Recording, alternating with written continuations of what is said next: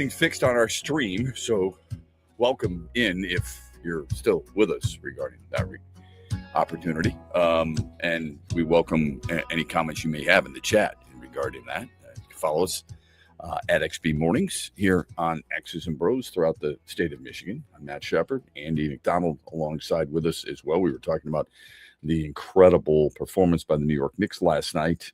How about the fact that Minnesota, for the first time in the city's history, has their basketball team and their hockey team advancing to the second round of the playoffs in the same season?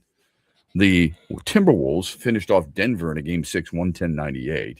So they're going to play San Antonio next, starting on Monday. Hell of a win considering Minnesota's been injured. Did you hear what Nikola Jokic said afterwards of Denver? Somebody asked him. I didn't see his comments, no. Are there going to be changes, is what they asked him. And he said, that's not up to me. But if we were in Serbia, we would all be fired. Wow. Including him, who was an assist shy of a triple-double again. He's got 221 career triple-doubles. He's got 22 career playoff triple-doubles. I don't think he would have been fired, considering he will go down as, if he had just, a few more years of this, Andy, and that's not easy to do, he'll be considered an all-time great, don't you think? Yeah. Whoever would have decided to fire him probably would have been the one getting fired. Amen to that. Right. Tigers are home after a 2-4 road trip in Cincinnati and Atlanta, 2-4. One of those wins was Thursday in Atlanta, 5-2. Tigers scored 2 in the 8th and 9th. Matt Vierling had a big game. He went 3 for 5 with a pair of RBIs. Kevin McGonigal extended his on-base streak to 27 by walking 3 times.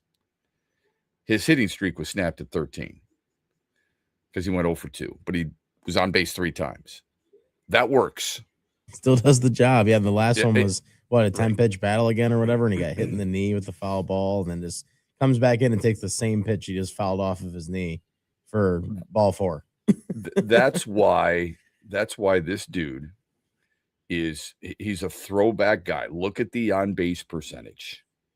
His on-base percentage right now is at 426. That's an incredible number. All right.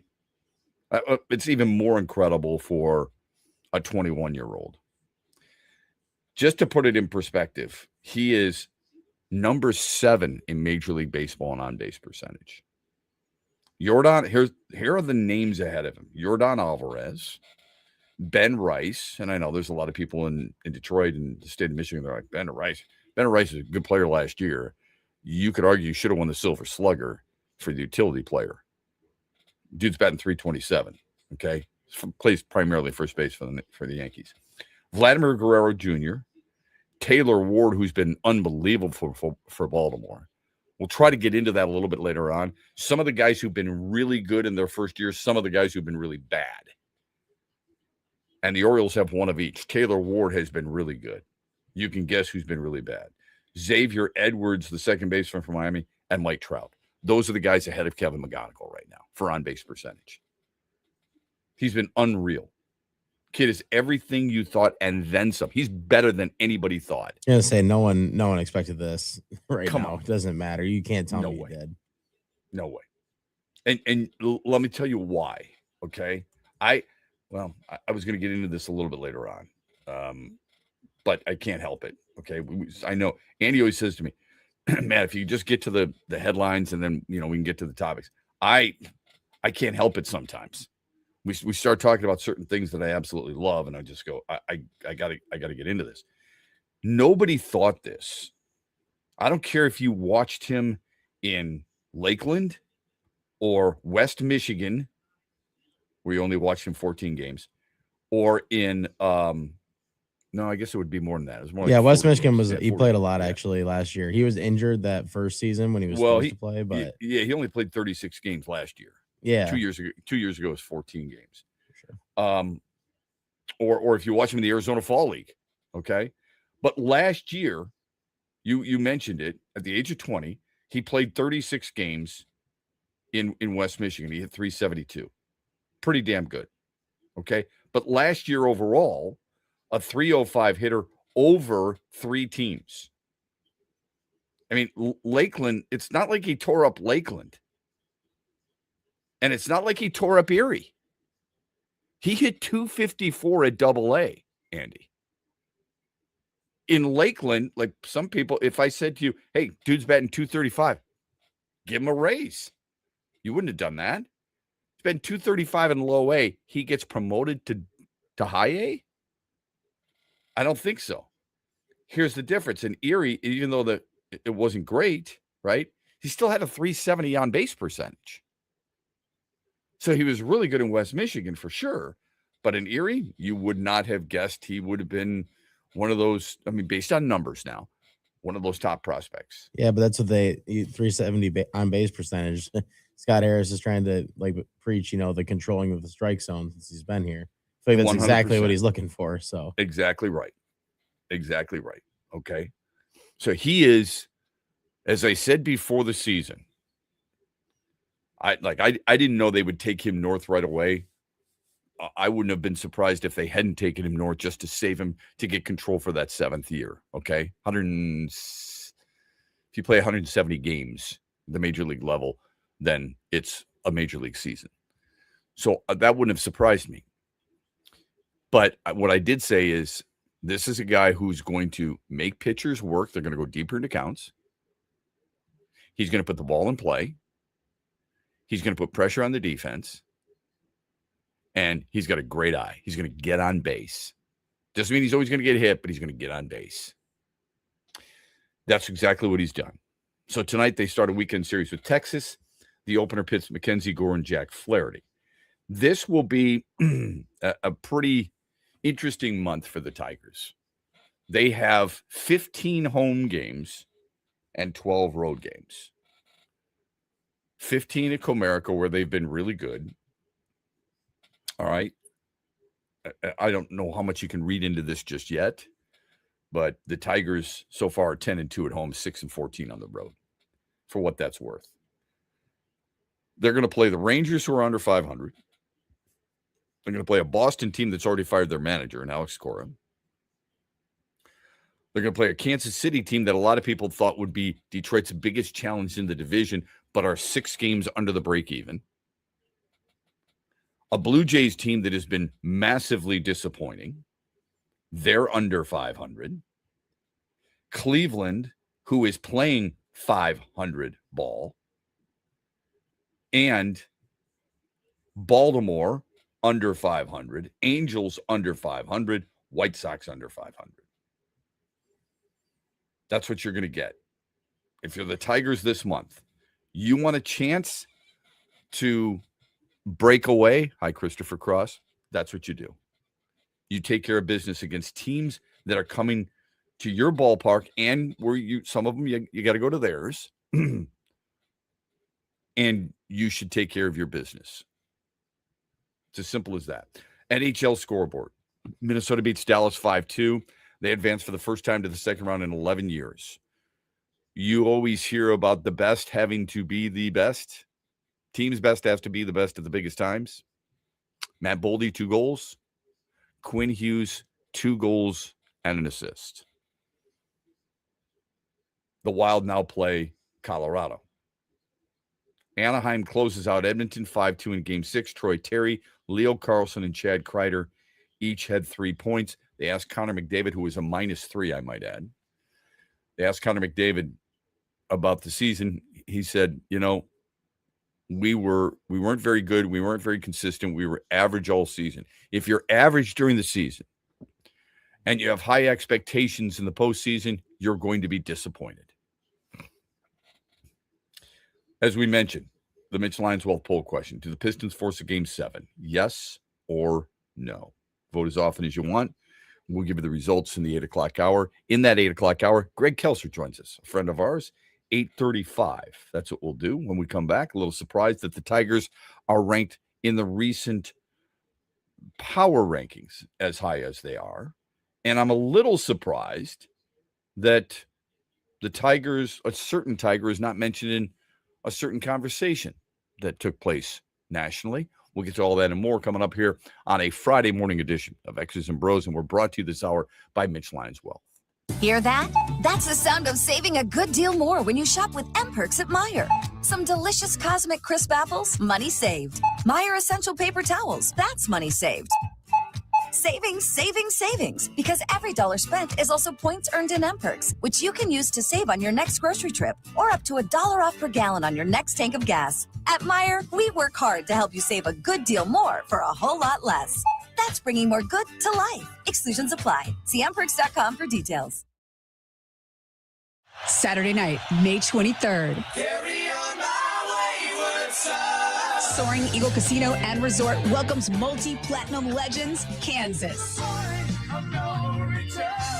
Tickets start at $60 and are on sale now at the box office or etix.com. Don't miss the best of classic rock. Kansas returns to Soaring Eagle Saturday, May 23rd. SoaringEagleCasino.com.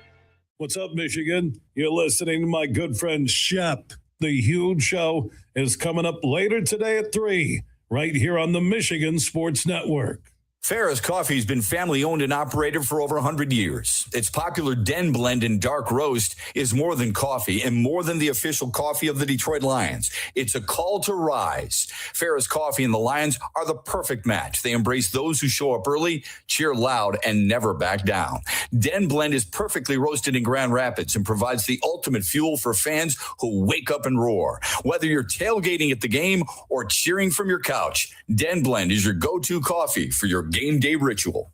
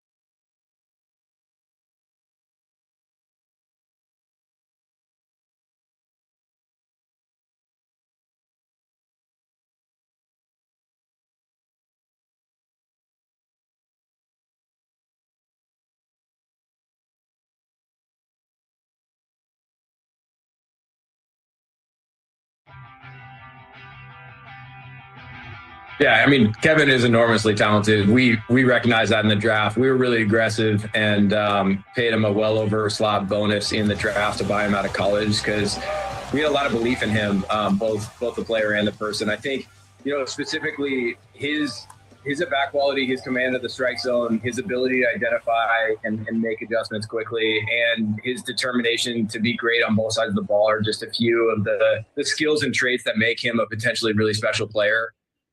Scott Harris on MLB Network earlier in the week talking about his prize rookie, Kevin McGonigal, who is, I don't think I'm being too in the moment guy here.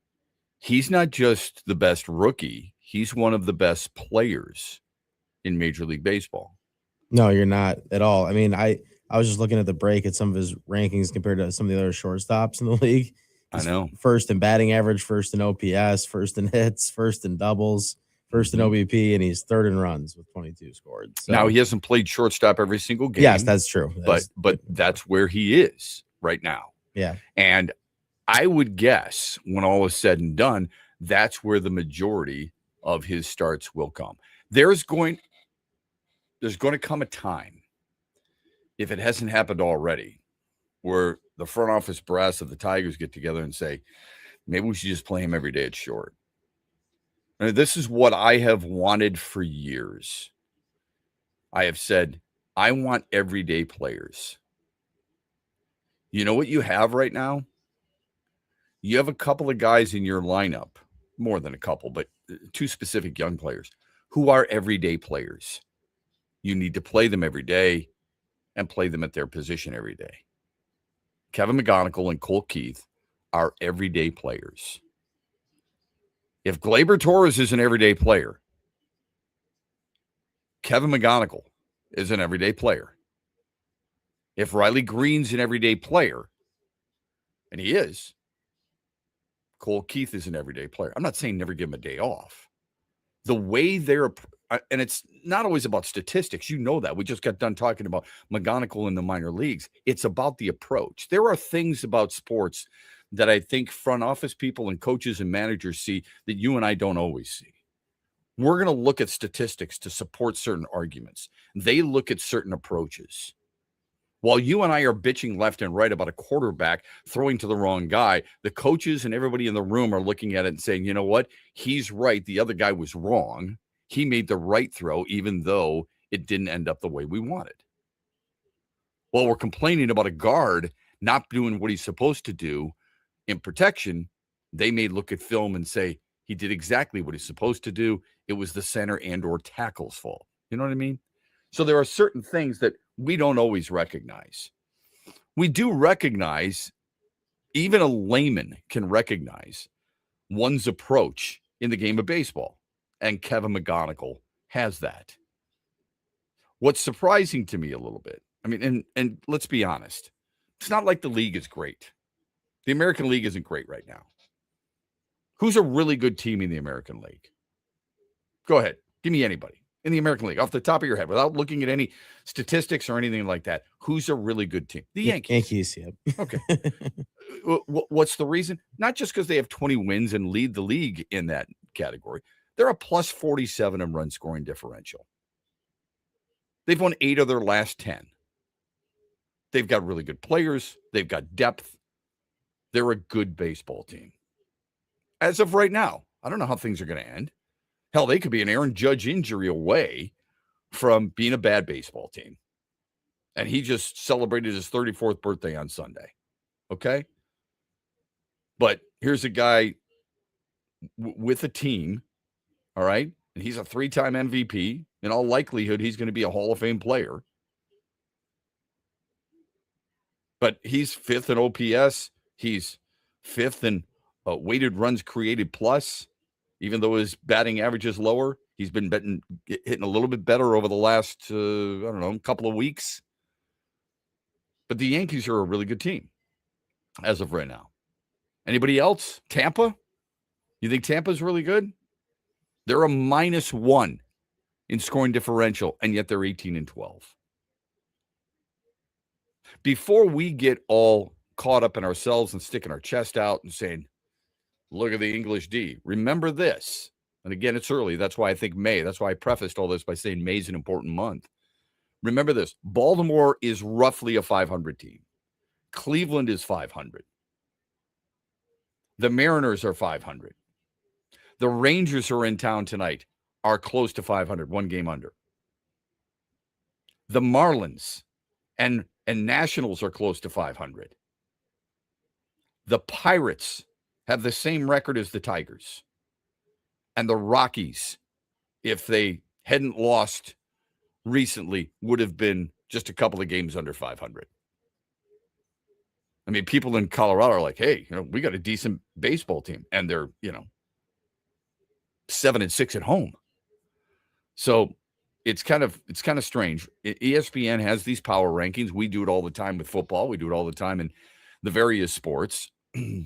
And we monitor it week to week, just to give you an idea.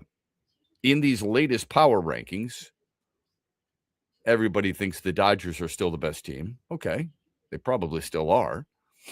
Where do you think Detroit would rank, Andy, in the latest ESPN power rankings? I truly did not look at this list yet to guess myself. I would go with 7th. You are correct. You're dead on. That's crazy. Because you've got the Yankees at a plus 47, the Tigers and Rangers are a plus, and the Mariners are a plus. All right. 4 of the 15 American League teams have plus run differentials. 4 of the 15. That's it. Yankees, Tigers, Rangers, and Mariners. Those are the only teams in plus for run scoring differential. 3 of those teams have winning records, or 3 American League teams overall, I should say, have winning records. Yankees, Rays, and A's. Those are the only ones who are over 500. That's crazy. In the whole American League. Wow. In the whole American League. Yeah. So they're still waiting for, I get it in that sense. I guess you're still trying to figure out who's actually good in the AL at that point. It's pretty tough to judge. And anytime you talk about the Tigers now, give me the name that comes to mind. It's Kevin McGonigal. I think that's all I've been thinking about. Yeah, for You're sure. Right. It used to be what? Tarek Skubal. Right. Yep. Here's what ESPN writes. Tigers entered Wednesday, having won 11 of their previous 16, but they were also fresh off absorbing 2 key injuries. One was to Javier Baez, and Casey Mize exited the game early as well. They have had all kinds of problems. It's already that 7 Tigers pitchers have been on the IL. Verlander, Reese Olson, Jackson Jobe, Troy Melton, Casey Mize now. Okay. It's testing your depth in your organization. Somebody had texted us not long ago, when are they going to develop some Tigers pitching? And I understand where they're coming from. If you wanted to be a bit of a smartass, you could say, well, they did develop Justin Verlander, but that was a long, long time ago, right?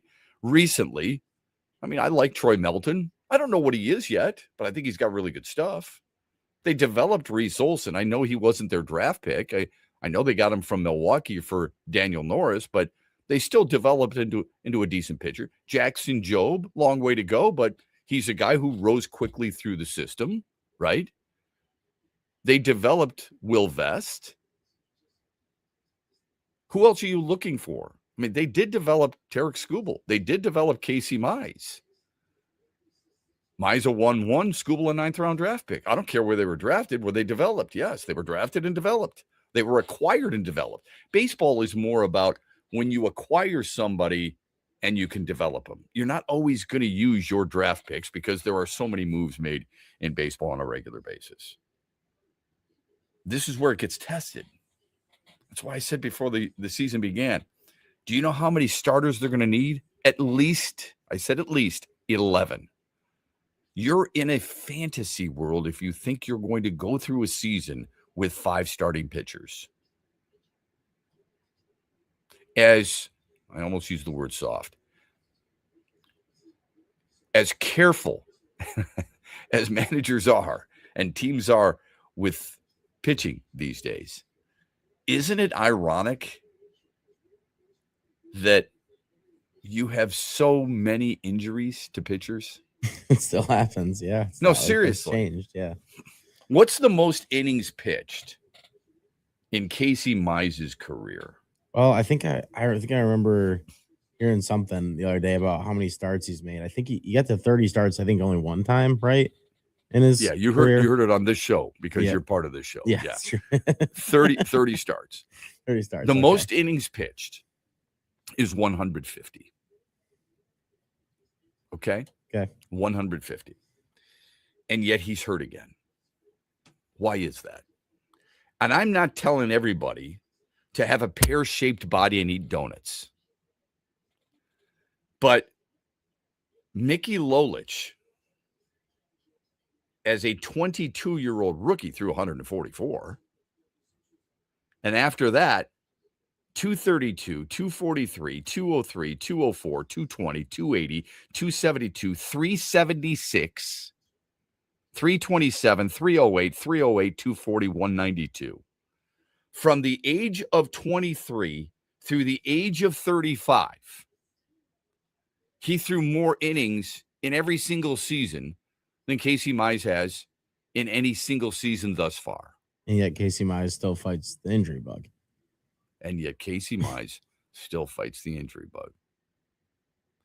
Last year was a career high with Tarek Skubal. I think it was 197 innings. You can check on that for me. He never threw more in a single season than Mickey Lolich did from 1964 through 1975. Every year, Lolich had more innings pitched than Tarek Skubal. I think it's a fair comparison. Both lefties, both aces. Mickey Lolich, maybe not the ace while Denny McLain was around, who won 30 games. I mean, these are the things that it's maybe not just innings. It was if you looked 195 for Skubal last year is what I 195. I said 197, so I was a little off. 195. Okay. So he's not even close. Mickey Lolich at age 35, Andy, through 192. So when you, and by the way, look at his starts. How many starts for Tarek Skubal? My guess is the most starts he's ever made in a single season was 31, maybe 32, but I'll say 31. What is it? Most starts in a single season in Tarek Skubal's career so far. I can search it for you really quick, but I don't know the exact answer to that. I'm going to guess 31. All right. Game starts for Lolich. And again, long time ago, shouldn't matter. We're talking about the differences. People always say, these guys could never pitch today, or these guys today would kill those guys back then. Longevity, availability. Ready? Mickey Lolich starts in 1964 when he was 23 years old. 33, 37, 33, 30, 32, 36, 39, 45, 41, 42, 41, 32, 31. Skubal's most was you were correct, I believe, 31. 31. Mickey Lolich never started fewer than 31 games over the first 14 years of his career. Again, I'm not bringing it up as old guy. I'm bringing it up as how come pitchers back then, and don't give me this, wow, you're just bringing up a Tiger. Mickey Lolich never won a Cy Young. Came in second once, came in third the following year. Never won a Cy Young.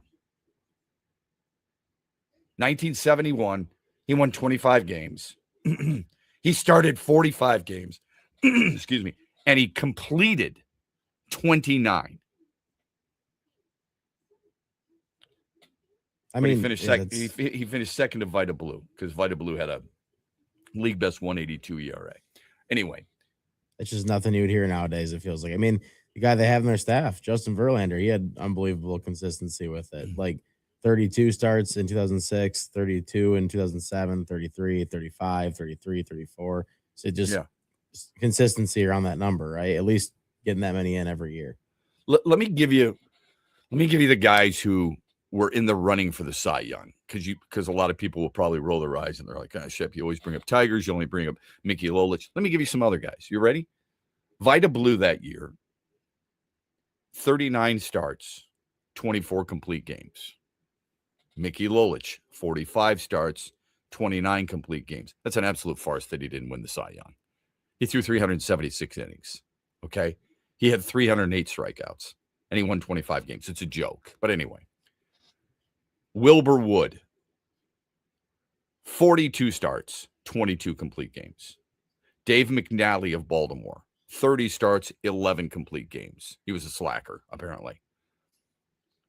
Dickie Drag, 34 starts, 15 complete games. Andy Messersmith, California, 38 starts, 14 complete games. That was 1 year. Those were the top 6 finalists for the Cy Young Award. Those numbers will never be heard from again, and it's crazy. It was 1975. So a lot of dads out there did see and hear of and follow that. Those would be the leading stories on every single Sports Center nightly show. This guy's making his 45th start. Is the manager, Mayo Smith, irresponsible? What is Earl Weaver thinking about making another start with this guy? That's what they would be talking about. Do you know what was the leader last year in complete games? Take a guess. Like how many games, like just total they got to the end? Yeah, a complete game. I would guess. 2. Yeah, I was going to say it probably wasn't over 5. That was going to be my guess. It was 2. It was 2. That's how nuts it is. The leader a year ago in baseball, Max Fried, threw 195 innings. Nobody reached 200 last year. Not one person. The leader was 33 starts, Freddie Peralta, which is pretty good. But when you're only throwing 6 innings, it doesn't matter, does it? Probably not. Anyway, didn't expect to go there. It's been a hell of a month for Kevin McGonigal. As Andy had pointed out, he's who you think of right away. Kevin McGonigal is the first Tigers player at age 21 or younger with 9 doubles in any calendar month in 110 years. Let me say that again. The first 21-year-old or younger with 9 doubles or more in any calendar month in 110 years. That's what makes it so believable. The stuff he's doing right now is like it's breaking records that have been around for a minute, even sometimes. The last guy to do it, Andy, you've read on the wall at Comerica Park. Harry Heilman in 1916. Wow. Yeah. I'm sorry, man. When you are in that type of rarefied air, that is some kind of stuff right there. Big game for the Pistons tonight. They got a chance, and this is a big reason why. We will give you that type of discussion and get to some of your texts when we come back here on X's and Bros. Fast-moving first hour on this Friday morning, brought to you by Mitch Lyons Wealth. The Freddie the Pizza Man Foundation is dedicated to providing support to families and Michigan schools touched by autism. We invite you to join us in supporting these families and schools by making a donation at freddythepizzaman.com. With your donation, you can help provide essential resources that can make a real impact. Visit freddythepizzaman.com to make a donation and to learn more about the foundation's mission. That's FREDI thepizzaman.com. Together, we can make a difference. Huge here for Josh Garvey and his team at Dorn Mayhew. Now, Josh oversees the West Michigan operations. Dorn Mayhew's worldwide headquarters are in Troy, Michigan, on the east side of the state. They are one of the top accounting, CPA, and business firms in the world. They continue to grow. They can help your business with any accounting, CPA, or business need you have. And also Dorn Mayhew and Josh and the West Michigan operation, they present Talkin' Hoops with John Beilein. We do it every Tuesday on the Huge Show through the NBA Finals. So how far will the Pistons go in the playoffs? You can hear Coach Beilein, Josh Garvey, and myself every Tuesday on the Huge Show as we talk hoops, presented by one of the world's top accounting, CPA, and business firms, Dorn Mayhew. Josh Garvey oversees the West Michigan operation. Their worldwide headquarters for Dorn Mayhew are in Troy, Michigan. Hear that? That's the sound of saving a good deal more when you shop with M-Perks at Meijer. Some delicious Cosmic Crisp apples, money saved. Meijer Essential Paper Towels, that's money saved. Savings, savings, savings. Because every dollar spent is also points earned in M-Perks, which you can use to save on your next grocery trip or up to $1 off per gallon on your next tank of gas. At Meijer, we work hard to help you save a good deal more for a whole lot less. That's bringing more good to life. Exclusions apply. See mperks.com for details. Motown Legends, TNT, together again. Temptation. For Tops, Saturday night, May 9th at Soaring Eagle Casino and Resort.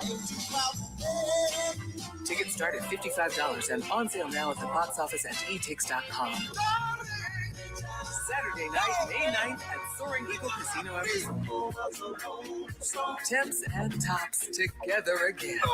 The Freddie the Pizza Man Foundation is dedicated to providing support to families and Michigan schools touched by autism. We invite you to join us in supporting these families and schools by making a donation at freddythepizzaman.com. With your donation, you can help provide essential resources that can make a real impact. Visit freddythepizzaman.com to make a donation and to learn more about the foundation's mission. That's FREDI thepizzaman.com. Together, we can make a difference.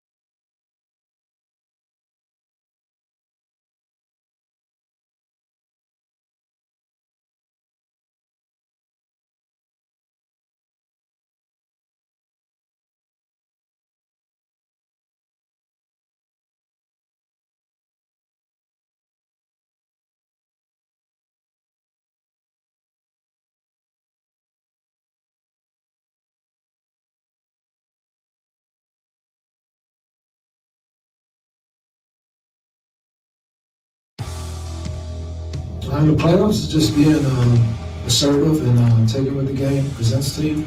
It's always a chess match every single game that you play, so it's figuring out and finding ways to be impactful. But it really just comes down to the output and energy and assertiveness that you give on the court. Just playing the game, these are natural skills of playing the game of basketball, but you pick it up a notch in your approach and your reaction time on plays and just using your vision out there to dictate what the game gives to you at any given moment. That's Tobias Harris getting his team ready for a do or die game 6 tonight in Orlando. Welcome back, X's and Bros, Monday through Friday, 6 until 9. We're brought to you this hour by our friends at Meyer. I want to dive into Pistons. I had forgotten one important statistic here, Andy, when I was talking about pitching, and I want to get to that. Somebody had tweeted this out from a baseball website. How often MLB starters pitch 7 innings or more? In 1988, it was 48%. It has steadily decreased for the most part. 48% in 1988. Pitchers went 7 innings or more. Last year, 11%. This year so far, 9%. Yeah, it's a drop off. Yeah, it's been known even since I was a kid, growing up following baseball. I feel like and you're not an old guy. I feel like I'm like I said, 30 this weekend. I don't know. I feel like I'm getting close, but it's it's still one of those things. I growing up, watching pitchers go that deep into games. That felt like that was kind of the measuring stick. Even so, what era would that be then?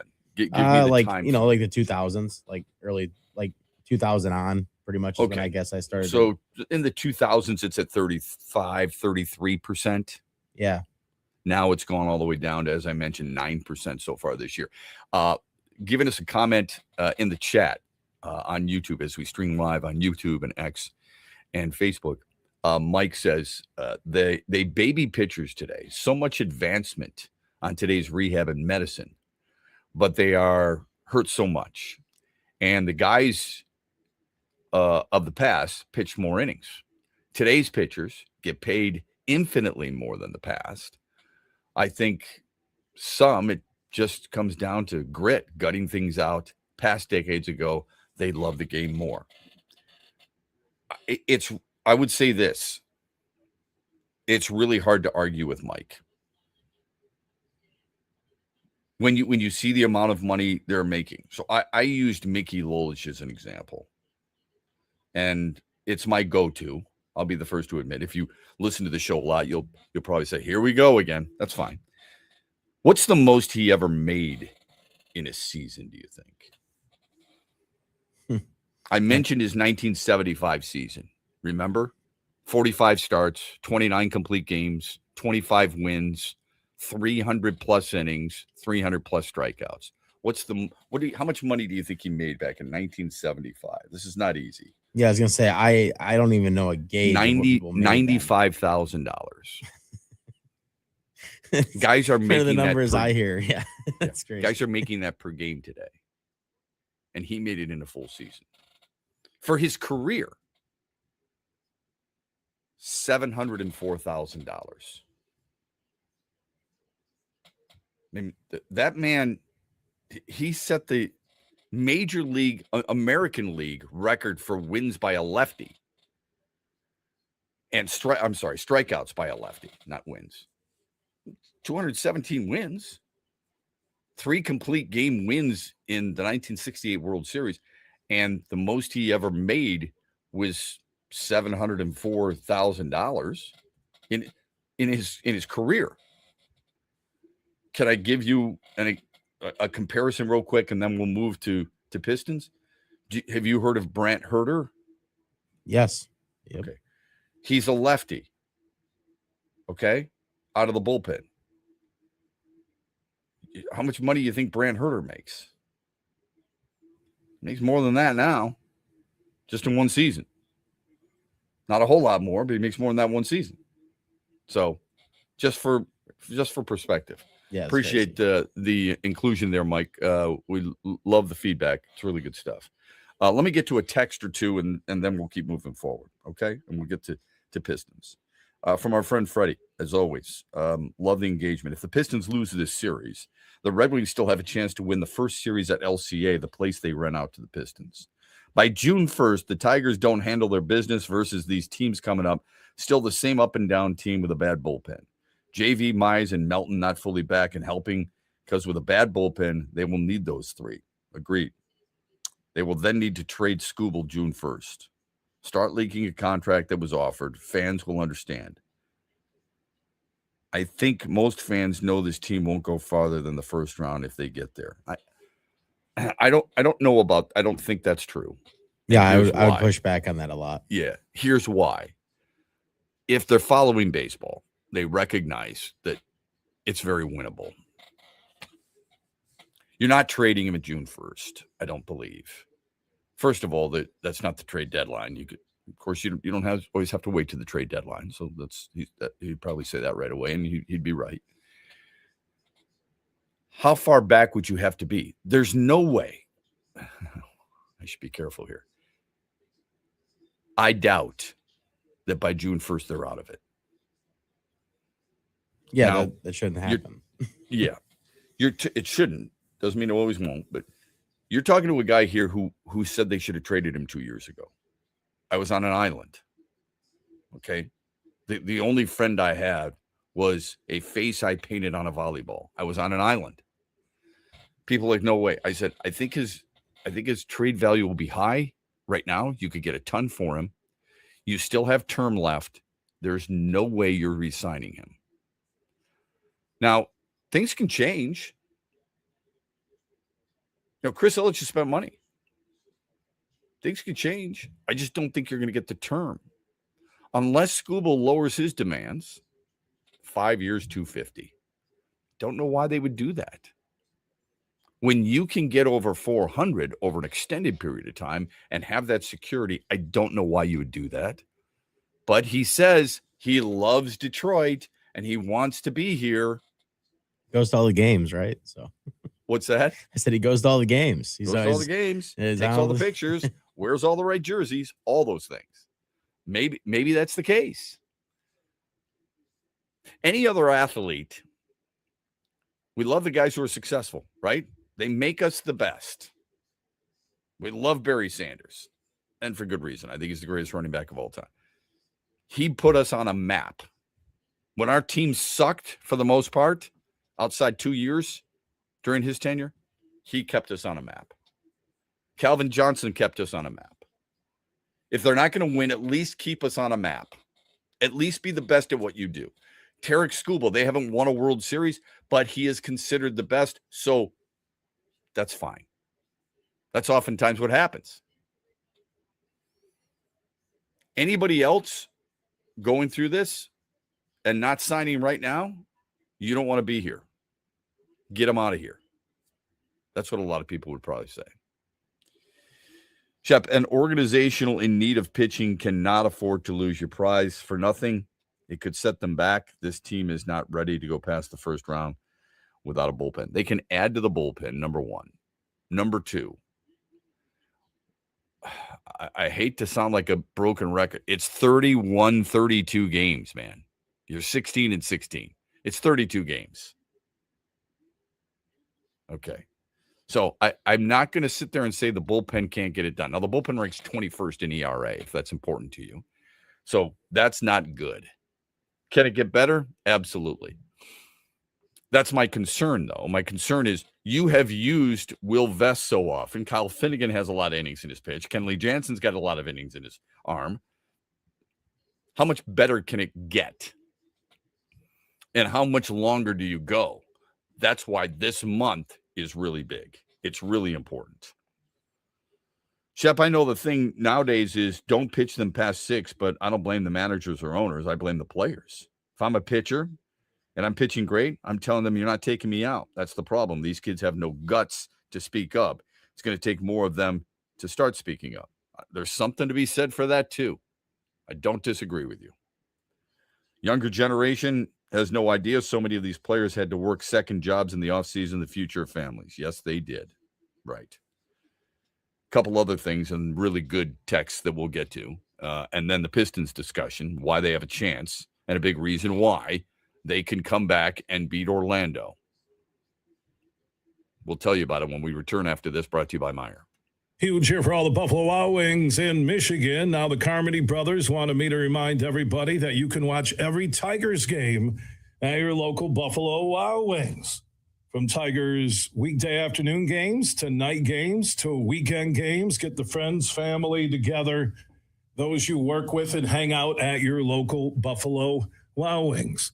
Carmody brothers love the Tigers, and they love when people stop out to the Buffalo Wild Wings in Michigan all season long to watch Tigers baseball.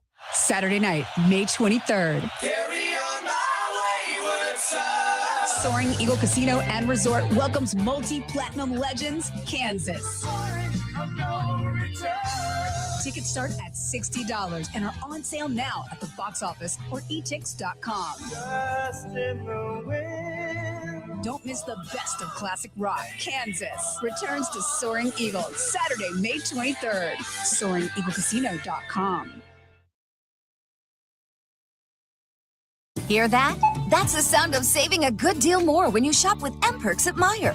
Some delicious Cosmic Crisp apples, money saved. Meijer Essential Paper Towels, that's money saved. Savings, savings, savings. Because every dollar spent is also points earned in M-Perks, which you can use to save on your next grocery trip or up to $1 off per gallon on your next tank of gas. At Meijer, we work hard to help you save a good deal more for a whole lot less. That's bringing more good to life. Exclusions apply. See mperks.com for details. Huge here for Van Andel Institute Purple Community. Now, they're a grassroots fundraising network powered by the volunteers who support VAI's mission to improve health now and in the future. Learn more at purplecommunity.org.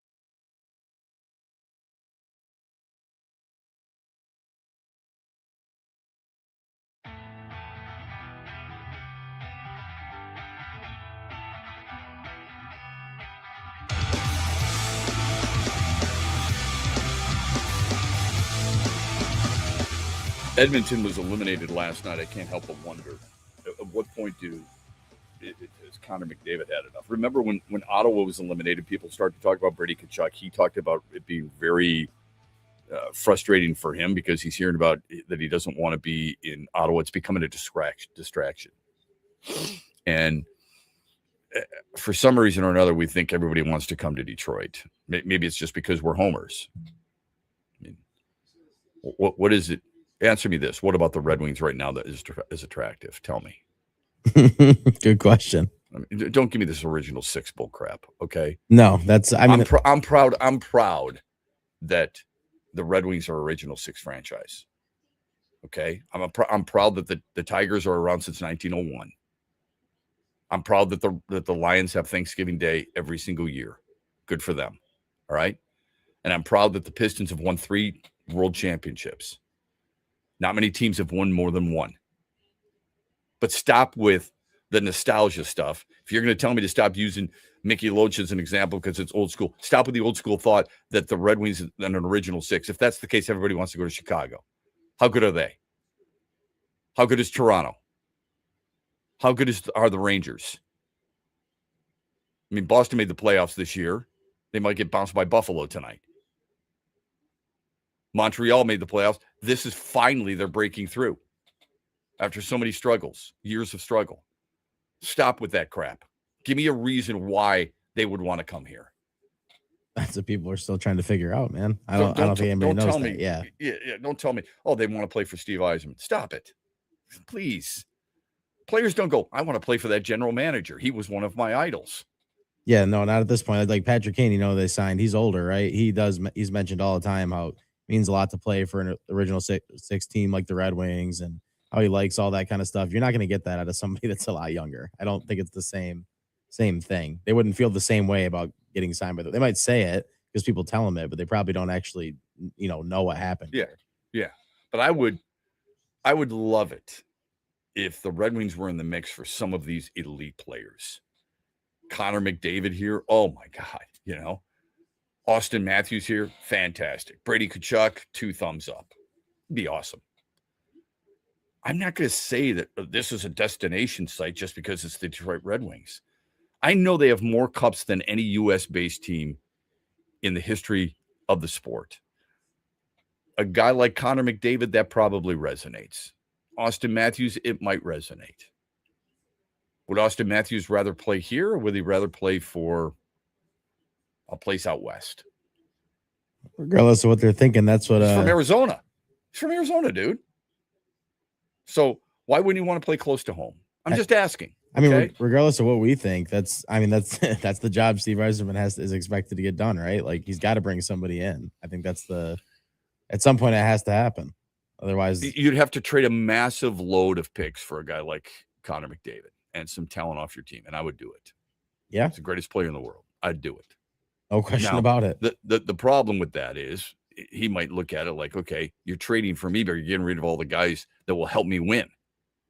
It's a fair point. If I said to you, the greatest players in the league right now, in the world right now, are named McDavid, Kucherov, McKinnon, Makar, Hughes, Draisaitl. Draisaitl's on his team, and they're not winning. Now, they did get to the finals 2 straight years. This year, they just got knocked off by Anaheim. Good job, Pat Verbeek. That helps a lot of Red Wings fans. Buffalo's got a chance to advance. Montreal's got a chance to advance.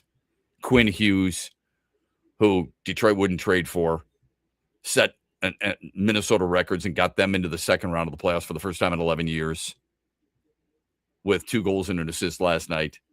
God, you love Pat Verbeek, the former assistant general manager for the Red Wings. Look at where he is now. He just beat Edmonton, knocked off the 2-time defending Western Conference champs. You love playoff hockey, but those are the kind of things that's just like, man, can you drive the knife any deeper right now? Yeah, I'm sorry. I don't mean to. I'm just, this is some of the things that I'm feeling. Andy and I were talking during the break. My favorite excuse is, the Red Wings should have had the first overall pick this year and that year and so on. Do you even remember who the first pick was? Everybody said 2018. Rasmus, we should have had the first pick. It was Rasmus Dahlin who went to Buffalo. You still had a chance to take the best player in that draft, and you didn't. You passed on Quinn Hughes. You took Philip Zadina. How'd that work out? Not too good, did it? No. Later on, Lucas Raymond, that draft. Should have had the first overall pick. Would you have taken Alexis Lafreniere? No. You got the better player. Stop with the NHL screwed us because we didn't get the first overall pick. You took Mo Sider in 2019. That was Steve Yzerman's first draft. He should have had the first overall pick. Would you rather have Mo Sider or Jack Hughes? The golden goal was unbelievable. I think he's been a really good player. So's Mo Sider. And there were guys taken ahead of Mo Sider who perhaps you would have taken, I don't know, but who are not as good. I mentioned Lafreniere. You got Lucas Raymond 3 picks later. I think you're okay with him. Quentin Byfield, Tim Stutzel, both really good players. I think you're okay with Lucas Raymond, from what I can tell. Our phone number, by the way, on the Meyer hotline is 866-838-4843. Just a few things that we needed to talk about. Shep, if I were Connor McDavid, I'd love to play for Steve Yzerman. What if Steve Yzerman gets canned? He's on thin ice, no pun intended. He's on thin ice. What makes you think that he's going to be around? You're not playing for Steve Yzerman. You're playing for a coach. You don't play for a general manager, do you? I can't. How many guys in Toronto are like, man, I really want to play for Brendan Shanahan? They got to play for Mike Babcock. And they got to play next to whomever. Shep, Mike Ilitch, different word, screwed Mickey Lolich so many different ways. Pisses me off how many people praise Mike Ilitch and how many people he screwed over. I'm not saying they will be out June 1st, but you had mentioned the soft schedule. Shep, what about that play or that bullpen? I've seen the track record of Scott Harris adding to the bullpen. Oh, that's a good point. I mean, isn't it weird, Andy? You can draft guys like McGonigal and Rayner and Anderson and Clark and look really good. And you're picking up guys at the major league level that are just not good, or the NHL level who are not good. Like, I think it's really important. You got to have a scouting department. You got to scout collegians. You got to scout 18-year-olds in baseball and hockey. What about your professional scouting department? That's the start of our whole conversation. It's kind of crazy how there's the similarities like there. Which guys fit you best? I thought Trajan Langdon last year did a great job with his professional scouting department. They brought in Tim Hardaway, Malik Beasley, Dennis Schroeder. They brought in guys who fit and helped establish a culture. 100%. Yep. The guys they're missing right now, it feels like sometimes, but yeah. I think you're right about that. The college or the G League draft or scouting department, with Ron Holland and then this year Chaz Lanier, maybe people can second guess that. Might be too early to tell. How do the Tigers hit on some of their young players, but they watch these major leaguers time and time again, and then they come here and they don't do anything. And then maybe it's coaching. How does Tarasenko stink for the Red Wings and excel elsewhere? How do you get rid of Soderblom, who then goes and excels? How does Anthony Mantha, of course, he went to Washington before, but how does Anthony Mantha not make it here in Detroit? And he had 33 goals in Pittsburgh. Strange, isn't it? Gregory Kelser joins us 8:35. We'll preview Pistons and Magic, Game 6 on a Friday on X's and Bros when we come back. Saturday night, May 23rd. Carry on my wayward son. Soaring Eagle Casino and Resort welcomes multi-platinum legends, Kansas. Tickets start at $60 and are on sale now at the box office or etix.com. Don't miss the best of classic rock. Kansas returns to Soaring Eagle Saturday, May 23rd. SoaringEagleCasino.com. How would you like to watch the Pistons in the playoffs on the biggest TV in Michigan? Well, you can get a huge deal and also get the biggest TV at your local ABC Warehouse store. You can shop online right now at abcwarehouse.com. They have locations all across Michigan. So if you want to watch the Pistons in the playoffs on the biggest TV in your neighborhood, go to your local ABC Warehouse store or shop online at abcwarehouse.com. Motown Legends, TNT, together again. Temptation. More Tops, Saturday night, May 9th at Soaring Eagle Casino and Resort. Tickets start at $55 and on sale now at the box office at etix.com. Saturday night, May 9th at Soaring Eagle Casino and Resort. Temps and Tops together again. Hear that? That's the sound of saving a good deal more when you shop with M-Perks at Meijer. Some delicious Cosmic Crisp apples, money saved. Meijer Essential Paper Towels, that's money saved. Savings, savings, savings. Because every dollar spent is also points earned in M-Perks, which you can use to save on your next grocery trip or up to $1 off per gallon on your next tank of gas. At Meijer, we work hard to help you save a good deal more for a whole lot less. That's bringing more good to life. Exclusions apply. See mperks.com for details.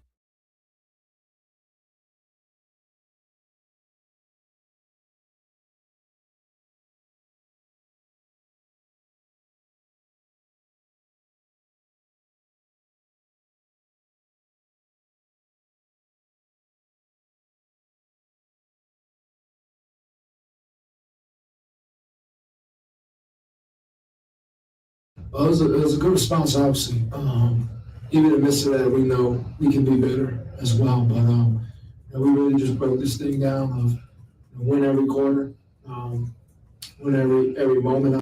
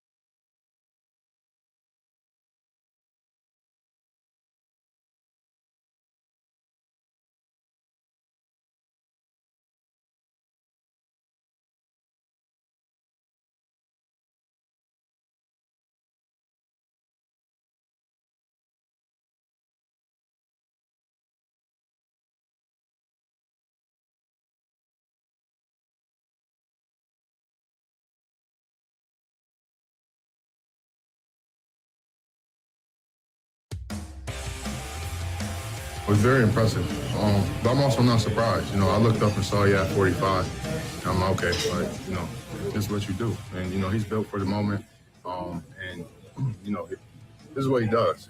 This is how he's been since, day one, being a rookie. He takes on any challenge, and he's always calm about it and does it to the best of his ability. That's Isaiah Stewart, right? That is Isaiah Stewart. Isaiah Stewart on Cade Cunningham. It's hard for pros in any sport to be impressed by somebody, especially in their sport, but really any sport.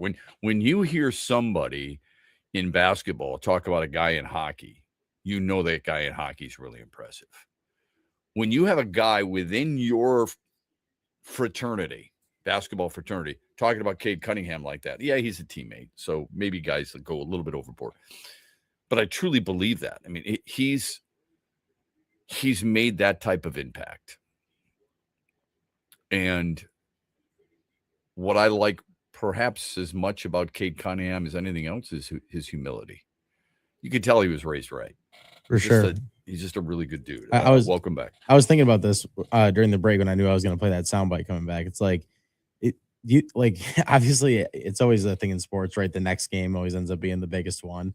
But he had the big 45-point game. Obviously, it was huge in Game 5. Do you think this game, like Game 6, because it's on the road and it has to keep him alive to go into Game 7, would this be the one to really cement him as becoming that guy in the playoffs, or would it have to be Game 7? I don't know. I was just thinking about which one would when does it get to that point, right? Does he just have to win the series before that happens? But yeah, so that's a great question. First of all, how is tonight any different than the last game? That's what I'm saying. It's on the brink of elimination. I figure it's always the next one, right? But yeah, we view Game 7s, and I understand why, as the biggest pressure games. I would argue that Game 5, where he had 45, and tonight might be bigger pressure games because Game 7 is at home. Maybe that's unfair because you know how I feel about home court oftentimes. It is where a lot of players build legacies. I think you're right about that. The bigger the game, of course, the bigger the series too. Let's remind ourselves, this is an opening round series. So can that really be all that important compared to a Game 7 in 1988 for the Pistons and the Lakers? Yeah, no, I mean, either way, you can't. The opening round part, definitely. Just for his legacy, I guess, alone, if he was able to at least win the series, you'd start to think that, okay, he can do it in the playoffs. He can lift the team in the playoffs to I think he's proven that. That's what I was wondering. Do you think that or not yet? That's the question. I absolutely think he can do that, and he already has done that. I don't worry about that aspect of him. Now, if you and I are having a discussion about him being one of the all-time great Piston performers in the playoffs, he's got a long way to go for that, don't you think? Yep, because that's what, I mean, at the end of the day, it's what people judge. We just kind of had this conversation earlier in the week with other players on other teams. I think we mentioned Aaron Judge at one point, about what do you think of all the games before in the regular season, or do you think about what he's done in the playoffs, that kind of thing? This is how you start to get that resume. Let me ask you this question. I want your first response, okay? These sometimes can be fun, but they can also be, a little revealing at times. So let me ask you this question. If I said to you, give me the first impression, the first word that might come to mind when I say Aaron Judge, what do you say? Just one word? Well, one thought. Just a quick thought.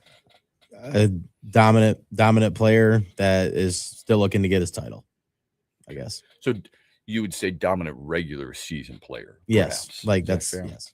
Okay. Essentially. Lamar Jackson. Dominant regular season player. Yeah, that would definitely be it for me because of what's happening this season. Yeah, same thing. Yep. I mean, that's at the end of the day, even though he had that game, I mean, he's had some games that are insane with the amount of points he's put up, it feels like, and the defense kind of lets him down a little bit in that sense. But yeah, same thing. Yeah. So this is oftentimes what happens, I think, in sports. Guys are measured during a regular season. You win an MVP. So Lamar Jackson's been a 2-time MVP. Some say he should have won 3. Whatever. I mean, that's a selfish standpoint because Josh Allen was pretty damn good. Anyway, he's won 2 MVPs. He's been a 4-time Pro Bowler. All right. 3-time All-Pro. I don't care about the Pro Bowlers. Okay. You're going to play flag football for Christ's sakes. A 3-time All-Pro. And yet people view him as unfairly a choke artist. They feel the same thing about Aaron Judge. Some say the same thing about Mike Trout and Josh Allen. And before, people said that about Barry Sanders or Calvin Johnson or Matthew Stafford until ... There are players like that. How come you're not bigger in the biggest moments? How come your team isn't where it's supposed to be? What is the answer? How come it's not you? You know who else had to face that? Connor McDavid. Connor McDavid has won 6 scoring titles. He's won 3 MVPs. He is the greatest player in the world. He has never won a Stanley Cup. Because it's really hard to do. I think that's my answer to all of it. Is there's so many of these people because it is that hard to do. It's not, you can't just be one person. My argument to that would be because it's a team sport. Yep. You got to have more than one guy. So if I brought you down from Mars and you didn't know a thing about hockey and you didn't know a thing about sports and about championships and everything, and I started to educate you and I started to tell you how great players were during a regular season like Connor McDavid, and you would say, wow, I mean, that guy's unbelievable. He's got to be one of the greatest champions. And then I said to you, Kirk Maltby, and I asked you to compare the two. You would say, well, Connor McDavid has to have more rings. And I would say, nope, Kirk Maltby's won 4 cups. Connor McDavid hasn't won any. Does that make sense to you? I mean, it doesn't make sense, right? If I came down from Mars, but yeah, that's. But if I came down from Mars, if I came down from Mars, it wouldn't make any sense to me. But yeah, I mean, that is the whole thing. I mean, at the end of the day, it is a team. I mean, you can use this last Super Bowl as a pretty good example. Sam Darnold winning a Super Bowl before, Lamar Jackson, Josh Allen. That's a great example right now. Does it make any sense that Barbaro Garbey has a World Series ring and Mike Trout doesn't? No. Definitely doesn't. It doesn't make sense that Mike Trout hasn't had any success in general in the playoffs. So. Right. So it's so difficult for us to look at certain players and figure out what their legacy may be. Because when it's all said and done, it feels like regardless of what Cade Cunningham wins in the playoffs or not, you would still probably use that argument that he's one of the most talented players to ever play for the Pistons. I feel like at this point. Oh, as long as he stays in this track. About that. Yeah, I don't think that's being hyperbolic. He's not the best yet. Isaiah Thomas is, and probably always will be. Isaiah Thomas, Dave Bing, Bob Lanier, Joe Dumars, Grant Hill, Dennis Rodman. I mean, they've had a lot of great players. Ben Wallace, of course. They've had a lot of great players in the organization. Cade Cunningham's in that conversation without a doubt. What's good enough? What's acceptable? Cade Cunningham in his career is averaging, and it's just the last couple of years, he's averaging 19 points per game. Okay? These are his numbers this year. If they don't make it past this round, is it really on him when you score 39, 27, 27, 25, and 45? No. That's what he's done so far. I understand the turnovers. Complain. Yeah. You have every right to complain about the turnovers. There's no doubt. When you have turned it over 33 times in 5 games, that's a problem. Sure, and the six he had last game, the reason that it wasn't talked about as much is because he had one of those hero performances, with everything else. So that's what you kind of have to do to eliminate that if you're going to turn it over that many times. Yeah, but he's had 2 bad shooting games in this series, both in losses. Like they lost game 1. He still made close to 50% of his shots and finished with 39. Is that really on him? No. And this is why it's oftentimes important to when you're talking about a player's legacy, you're talking about their playoff performances, remember what they've done in certain playoff games. Not every single game, I get it, but and not necessarily just taking their series or their playoff numbers as a whole. If you really looked at certain games with a specific player, then I think you can judge them perhaps a little bit better because we watch so many games we forget. Everybody looks at Josh Allen and they said, oh man, remember those 2 interceptions against Denver last year? Yes, I do. He hasn't gotten his team far enough. Okay, it's hard to disagree with that. I would remind you there was a game in his career, early in his career, where he threw 4 touchdowns and threw for 329 yards and scored 36 points, but lost to Kansas City. Do you remember when he threw 5 touchdowns and 308 yards? Do you remember when he threw 287 yards and 2 touchdowns, but lost to Kansas City, even though they scored 24 points? My point is, you've got to be careful when you just start lumping him and say, this guy is an underachiever, or this guy is a choke, or whatever, because his team in a team sport doesn't come through. Cade Cunningham in this series has had 2 bad shooting games. But overall, when you're shooting 48% and 58% and 56.5% in 3 of the 5 games, you're doing your part. Can they win tonight? Without question, they can win. And if there is a game 7, by the way, it would be played Sunday at 3:30. Okay, it'd be on ABC. So if the series goes 7 games, the second round, Toronto and Cleveland will tip off Tuesday, May 5th. All right, that's what you're hoping for. Why can they win tonight? One primary reason, and you may not think this is fair, and Orlando fans may have an excuse. Yeah, but we didn't have, remember all the excuses you and your buddies used last year? We would have beaten the Knicks if we had Isaiah Stewart. Do you remember that one? Oh, sure, plenty of people said that, yeah. Absolutely. Franz Wagner's not playing again tonight. Forget about the 14 points, the 19 points that he scored in game 4. I just brought up Cade Cunningham's 2 bad shooting nights. One was 8 for 23. The other was 7 for 23. That's because Franz Wagner, for the most part, was assigned to defend him. According to NBA stats, Cunningham is 7 for 22 when Wagner is on him. That's deep. You got to go really deep. But that's what NBA stats is for. They see the individual matchups. When he's on the floor, Orlando is the equivalent to a 51-win team. When he's not on the floor, in other words, when he's sidelined with injury or he's on the bench, they are equivalent to a 38-win team. It's clearly a huge difference. I mean, it opened up a massive lot of difference. windows for the Pistons there in game Right. 5. Yes. He has the highest plus on the Orlando roster when he's on the floor. Okay?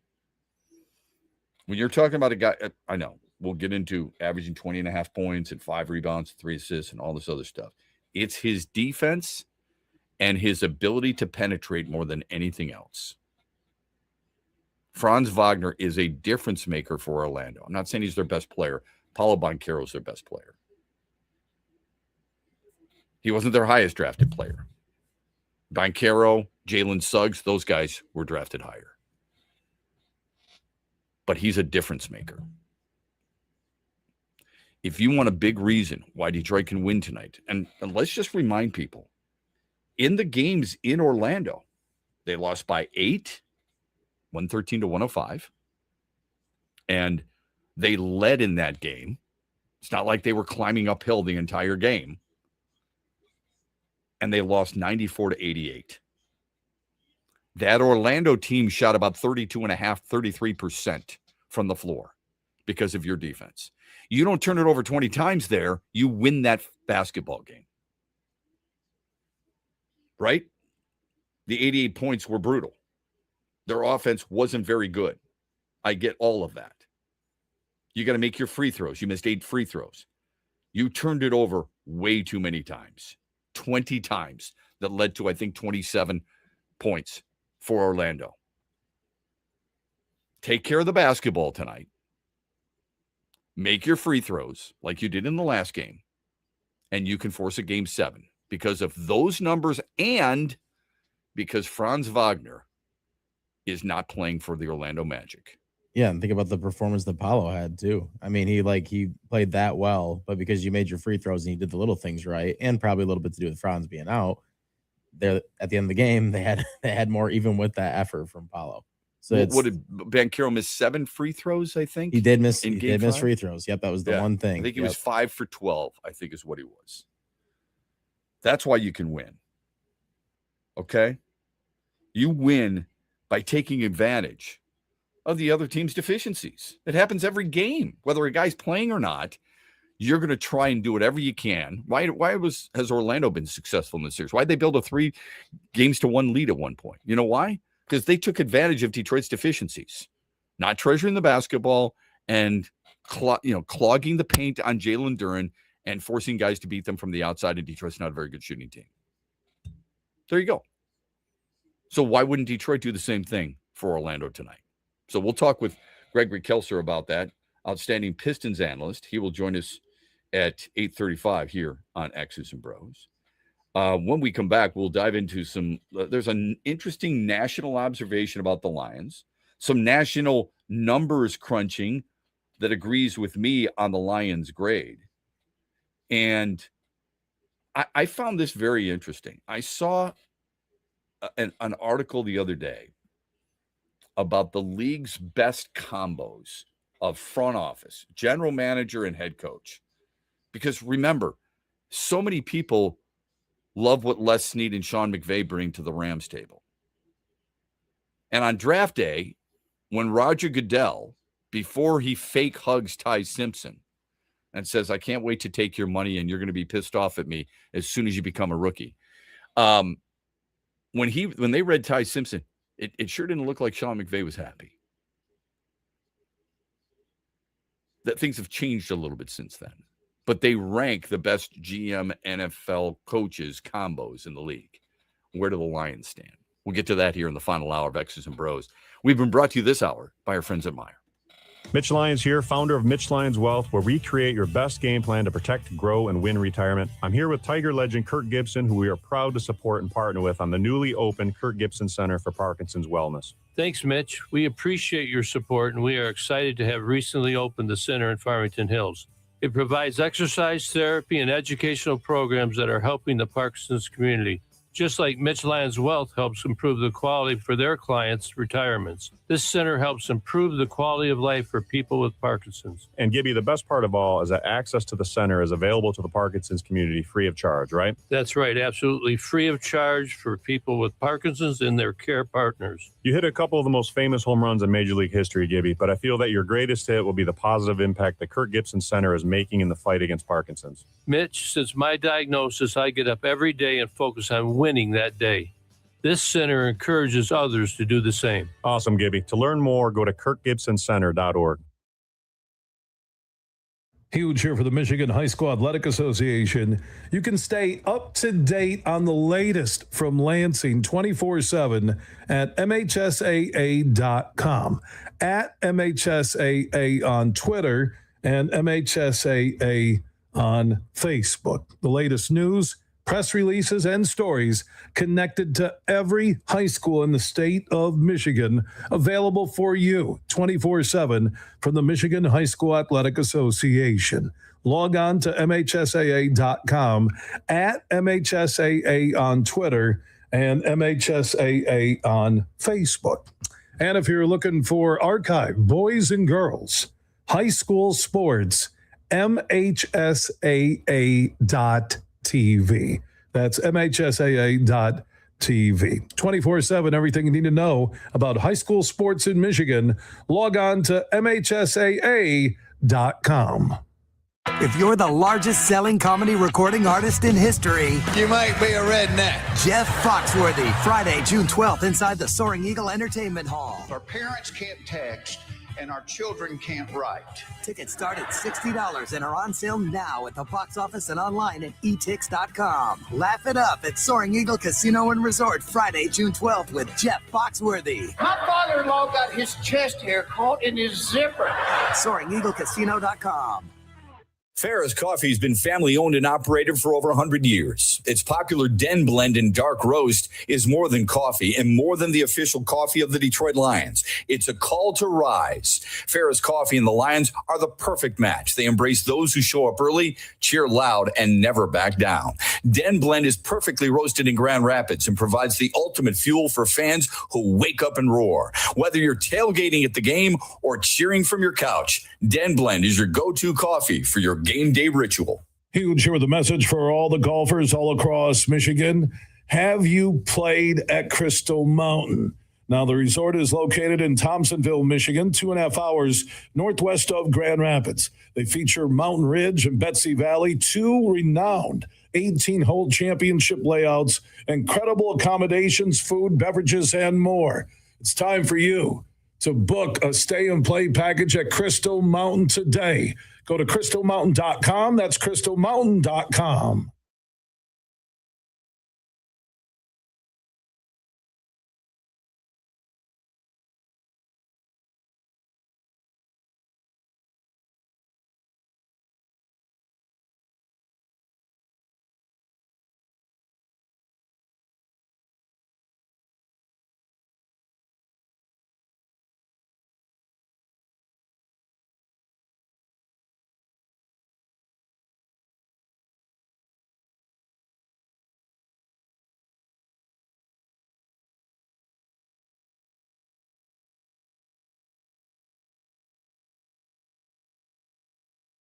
Able to get some guys that we had ranked way higher that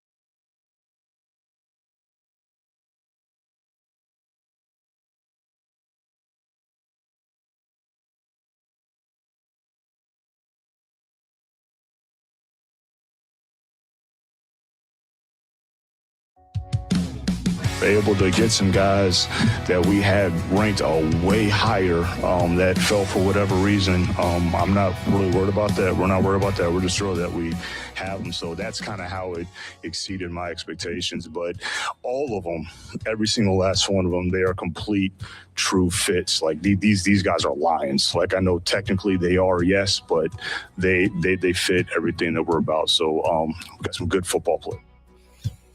Okay, that's welcome back. That's Brad Holmes from Draft Night, or Draft Weekend, I should say.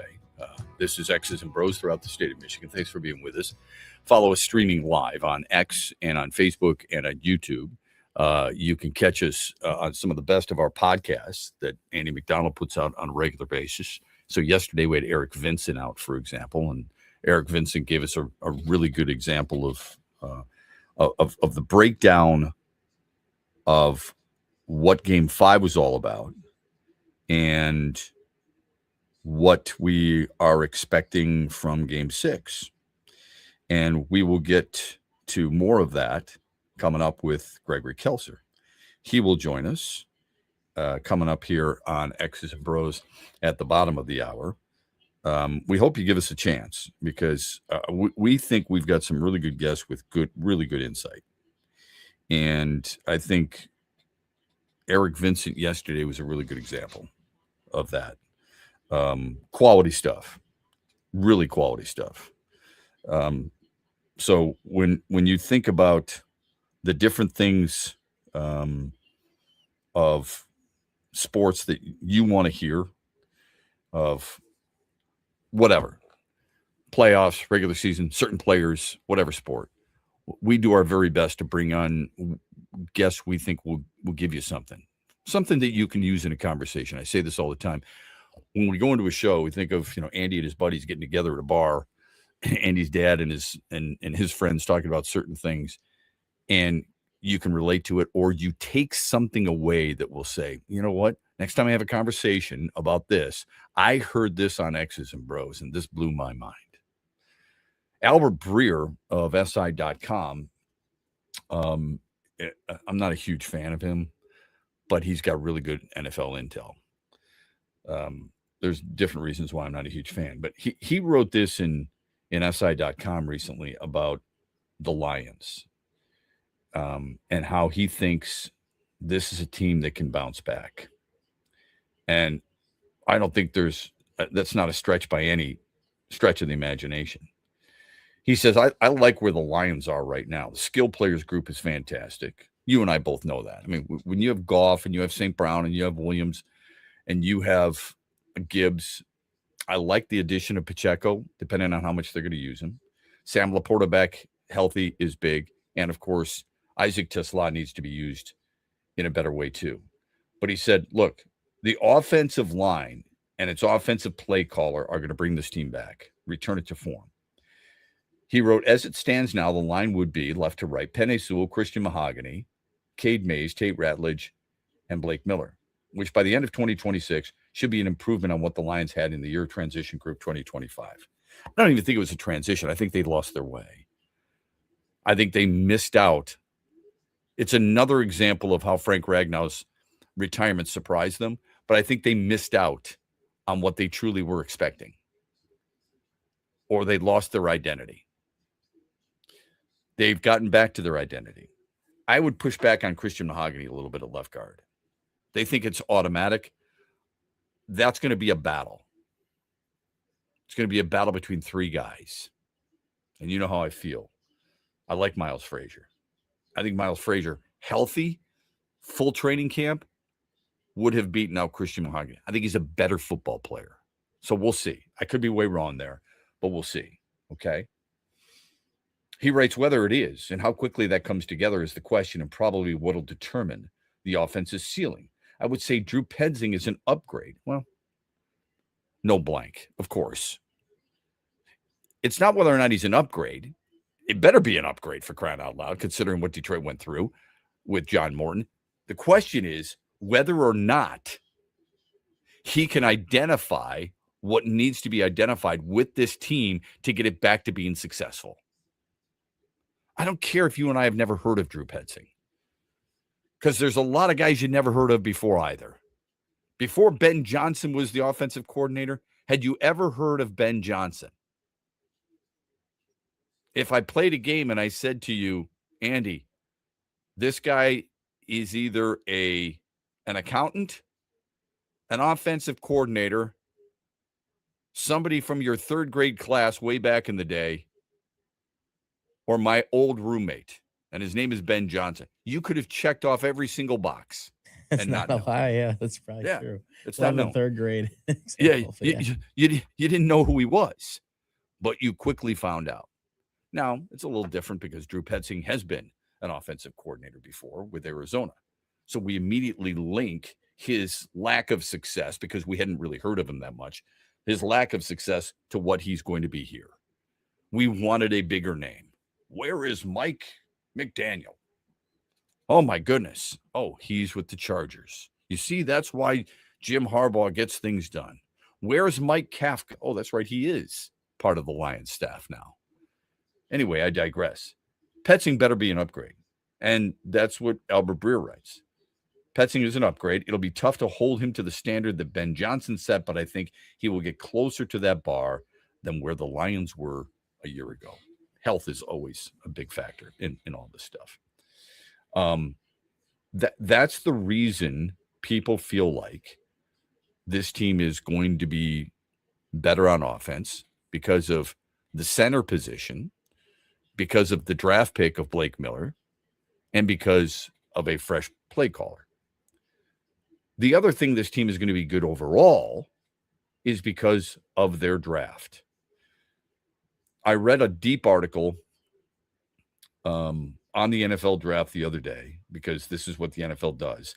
It's able to stay so relevant using various ways of covering what has already been exhaustingly covered. How many analysts, experts, quote unquote experts, have you read, followed on social media, or heard from on TV or radio when it comes to the NFL draft? It's like, oh my God, this is getting monotonous. If you take an analytical view of it, and there is such a thing, where a consensus big board based on analytics grades teams, winners, losers, gives them a grade. My grade without the analytics, my grade for the Lions was a B. After the draft, I graded them as a B. I read an article the other day that verified and validated my B status for them. They gave winners and losers, like the Cardinals and the Jags were losers, for example. The winners were the Raiders and the Jets and the Browns and things of that nature. But they did say that the Lions were a B, along with the Buccaneers, who drafted Reuben Bain, and I know so many people who wanted Reuben Bain, and a couple other teams. Certain players jump out to you, all right? Consensus draft big board.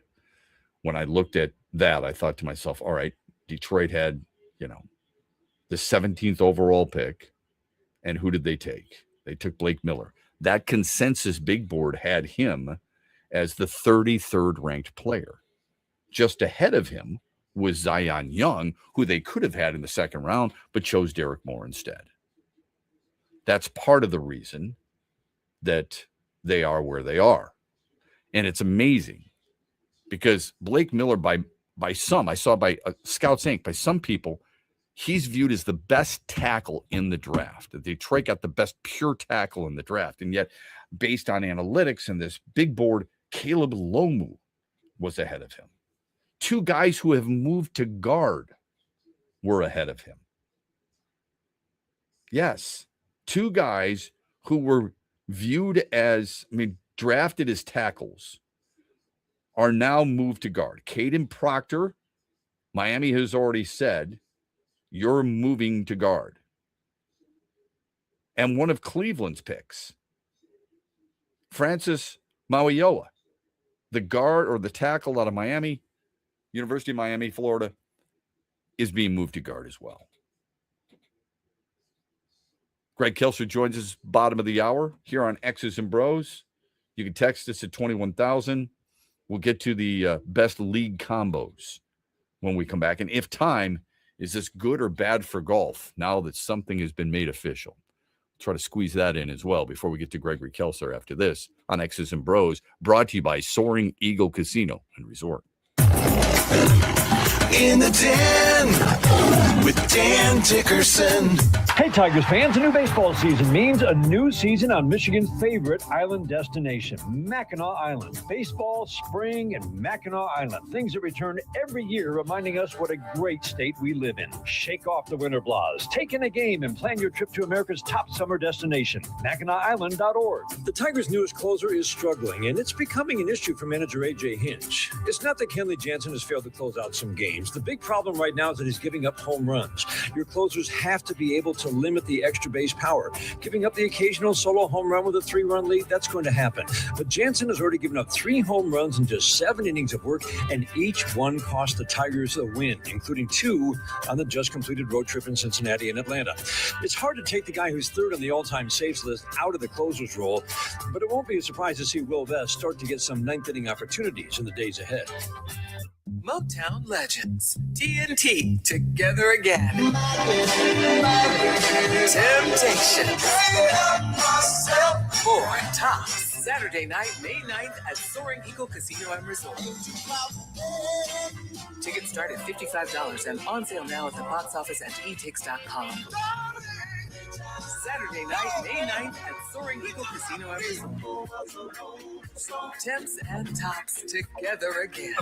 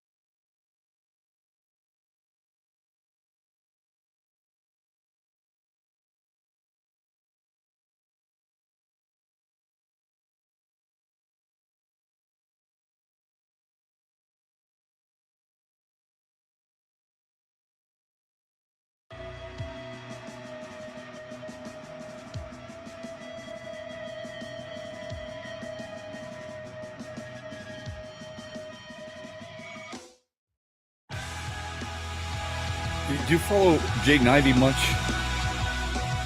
on social media? A little bit, yeah. Recently, he said something that a lot of people are like, oh my God, I can't believe you're saying that. He said, look, you've got Cade Cunningham out there. He's 6'7". He's listed as a point guard. He's not really a point guard. He's more of a small forward. I did see that video yesterday. Yep. Yeah. Did that bother you? I mean, as a fan of Cade Cunningham, who's a phenomenal player, did it bother you at all? Not. I mean, some of his points I kind of understand, I guess, but it didn't really bother me. I could understand it too. I don't know what the uproar is. Cade Cunningham is a point guard. There are no. We got to get away from point guard, shooting guard, small forward, power forward, center. It's not the way the league works anymore. Okay, I gave you an example earlier in the show that the Pistons in 1987 had the fourth highest half-point playoff lead in history, 41 points over the Washington Bullets. Washington led by Moses Malone and Terry Catledge and Jeff Malone. Pistons led by Isaiah Thomas and Adrian Dantley and Joe Dumars and Rick Mahorn and Bill Laimbeer and John Sally and Dennis Rodman. Okay. Detroit took 4 triple tries. They made 2 of 4. Washington in that game went 0 for 3 from deep. Detroit shot almost 60%. They were hitting 2s. That's what they scored. A lot of fast breaks, but they were hitting 2s.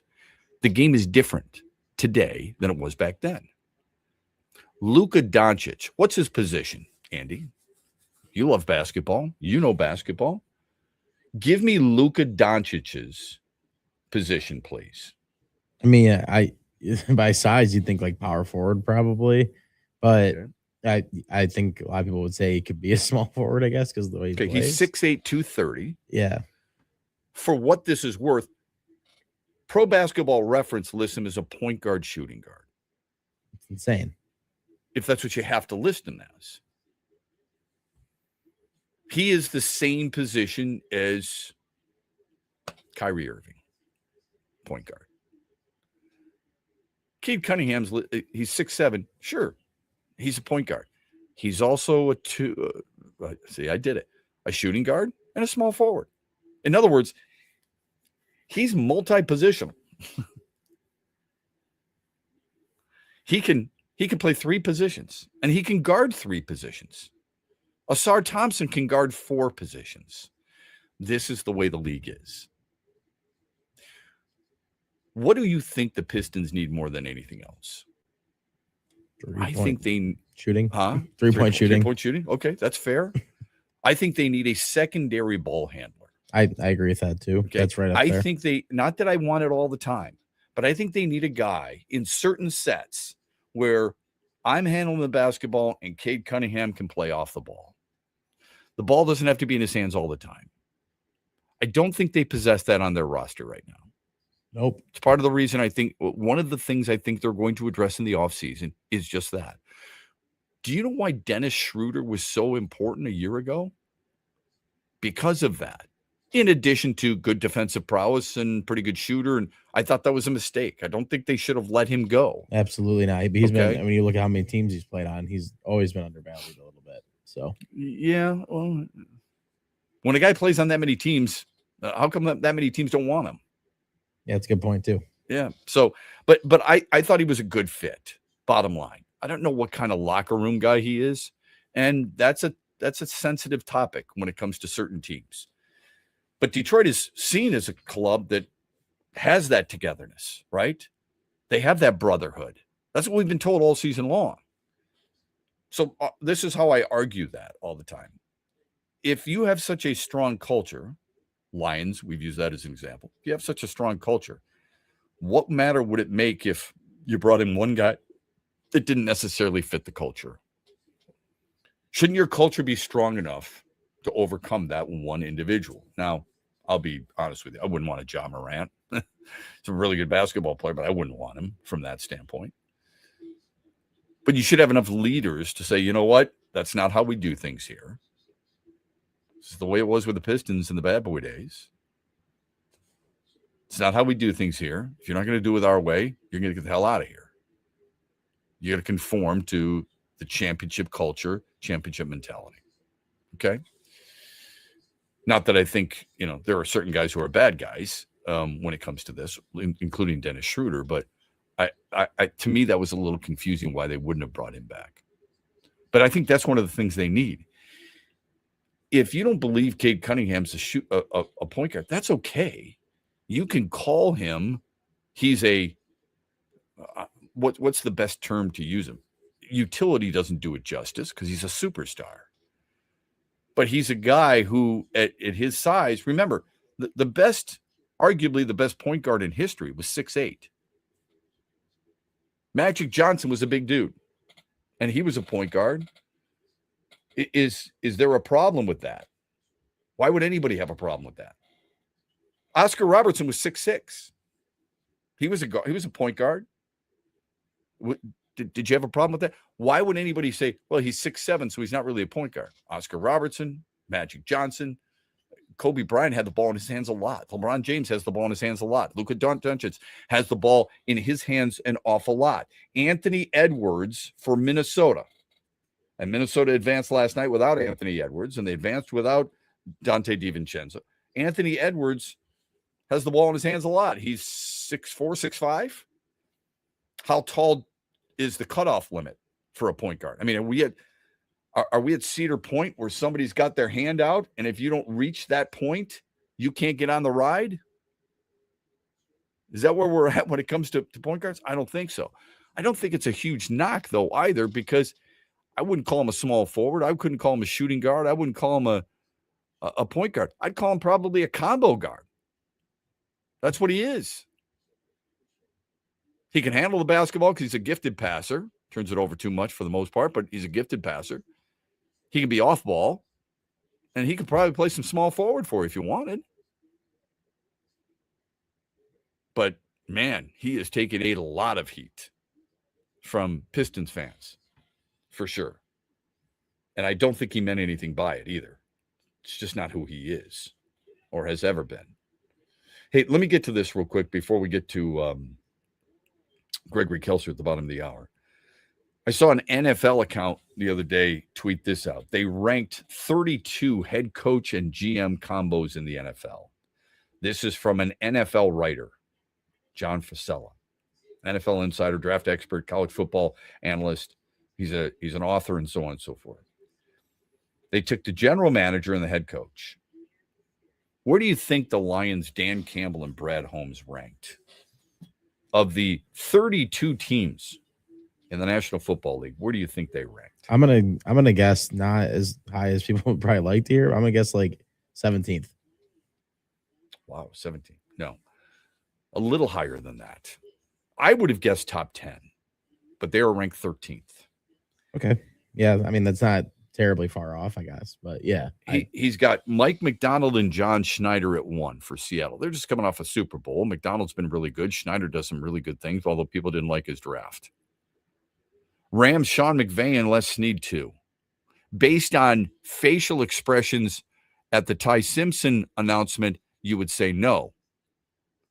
Andy Reid and Brett Veach 3. That's the Chiefs. Eagles, Nick Sirianni and Howie Roseman. And the Broncos, Sean Payton and George Patton. Then Kyle Shanahan and John Lynch. Then it's Texas, Jacksonville, Baltimore with Jesse Minter and Eric DeCosta. The Bears at 10. The Patriots at 11. Mike Vrabel and Diana Rossini. Oh, I'm just kidding. The Packers at 12, and then the Lions. How crazy is that? I think they belong in the top 10. I think they're better than Ben Johnson and Ryan Poles. I think they're better than D'Amico Ryans and Nick Caserio.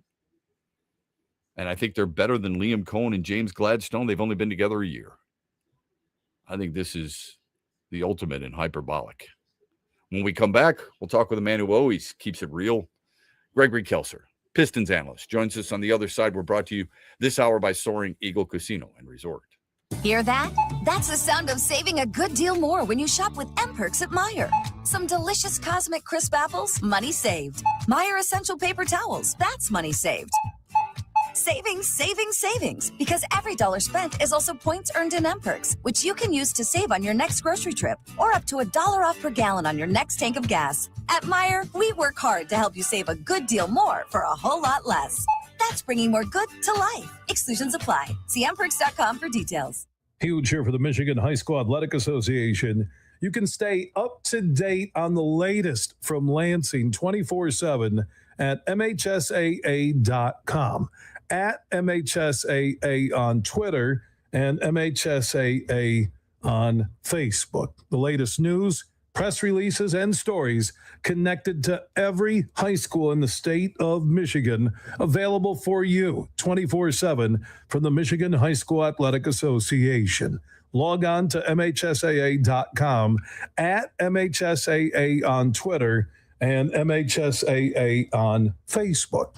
And if you're looking for archive boys and girls high school sports, MHSAA.TV. That's MHSAA.TV. 24/7, everything you need to know about high school sports in Michigan. Log on to MHSAA.com. Where are you watching the Tigers this year? Superfly Hayes here for Detroit Sportsnet. Sign up like the Ute Show did with the Detroit Sportsnet Tigers Wings package. Subscription info at tigers.com and MLB.com. What's up, Michigan? You're listening to my good friend Shep. The Huge Show is coming up later today at 3, right here on the Michigan Sports Network.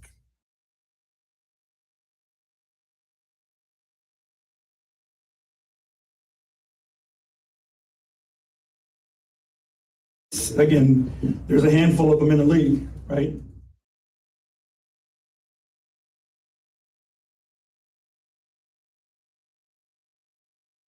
Well, it was a good response, obviously. Even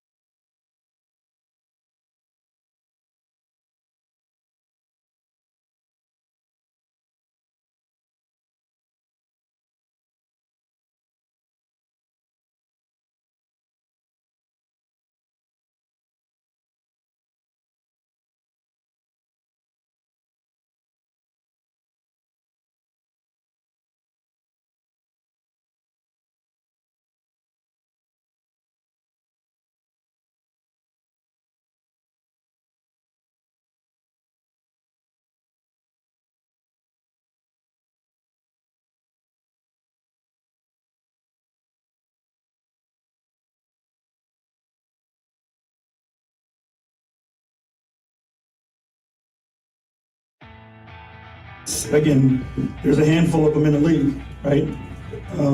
They're unique, they're special, to put the work in, to have the talent.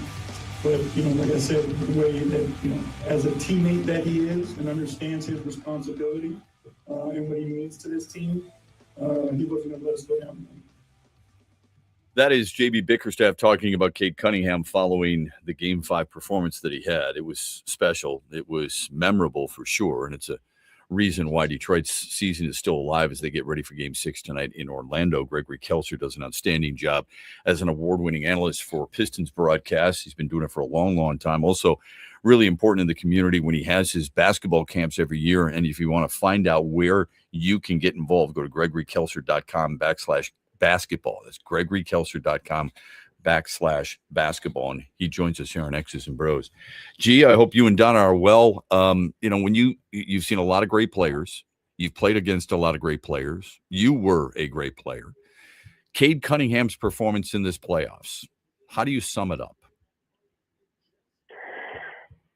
Well, Matt, first of all, good morning and all the best to you and Lisa and your entire family. I want you to know that what we witnessed the other night, I think it's just part of the process that has been, the Cade Cunningham experience since he arrived at Detroit. He loves this city. He embraces the challenge of bringing this franchise back to prominence.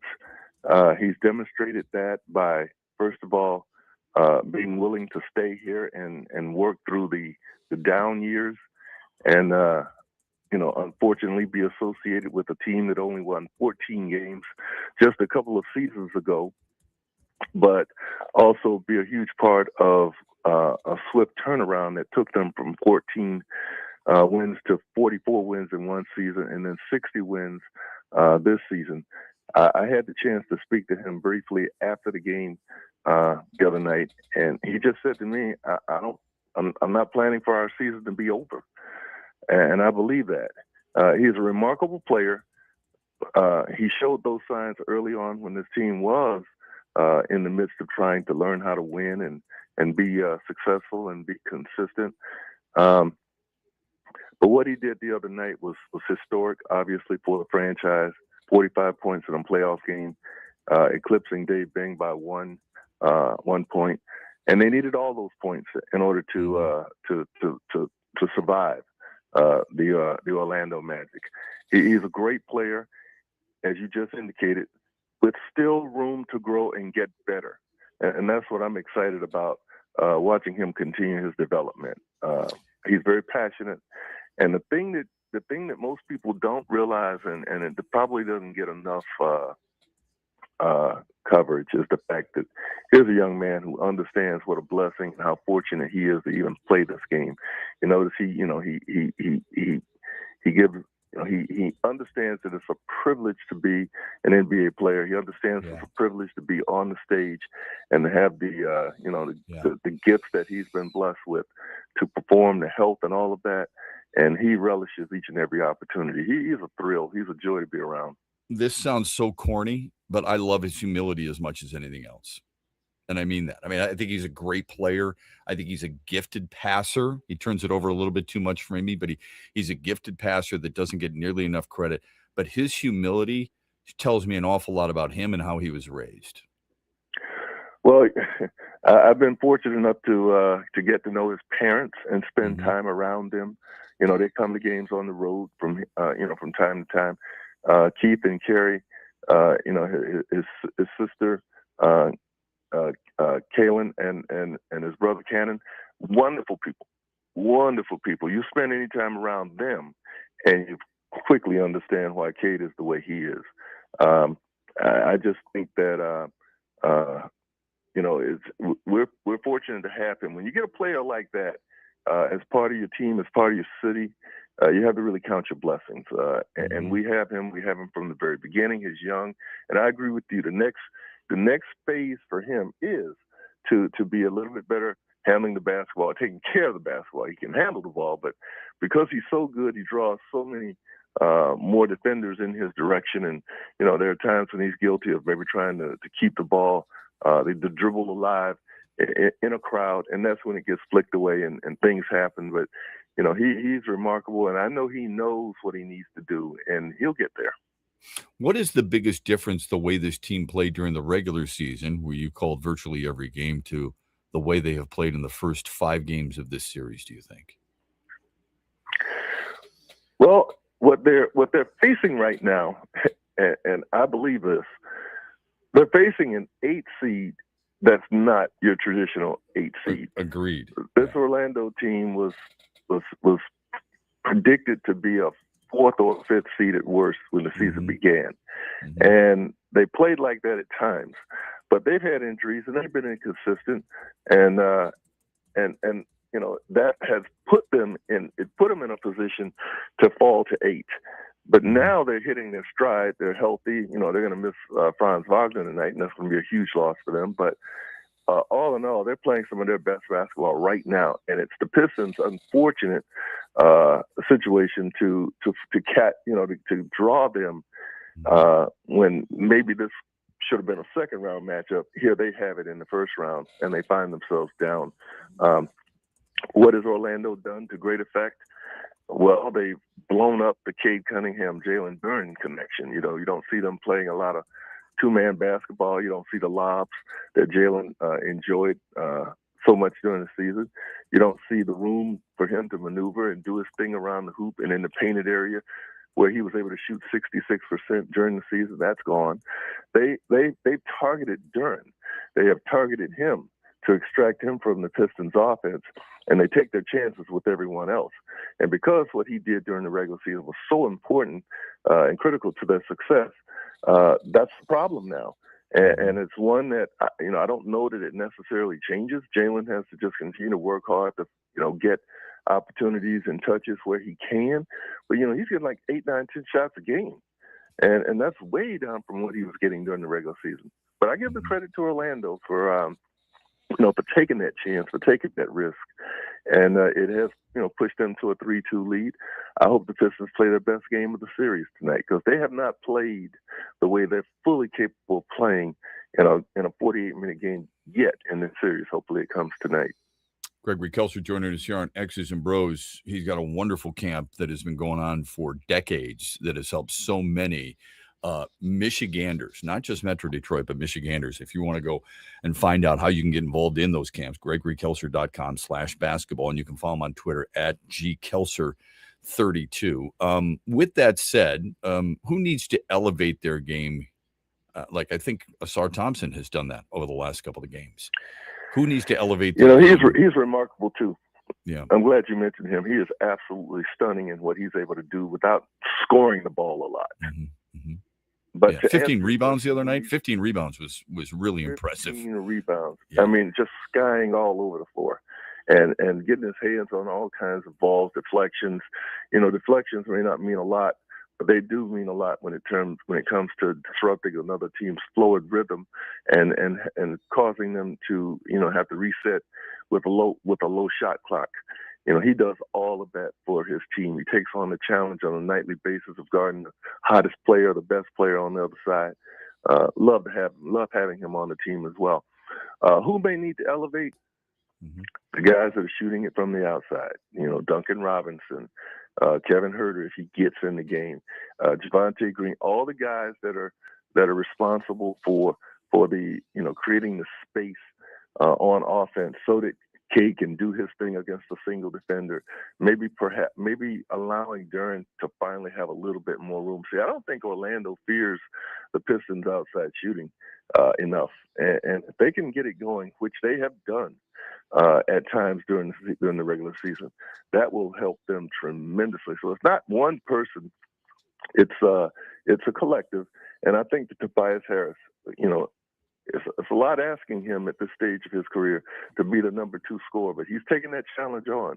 And as much as we needed Cade's 45 the other night, we needed Tobias Harris's 22 or 23. Yeah. Otherwise, we don't get by. Yeah, I agree. I think he got a bad rap when he came back to Detroit, and I defended him. People were talking about his playoff performances and so on and so forth. He has been as steady in the postseason as he was during the regular season in his career, and this year he has elevated his play. and he's been really good. I think he's a guy who can post up, mid-post, hit some tough turnaround jumpers from 2. I'm not a huge fan of him shooting 3, but I don't think that necessarily should be his role.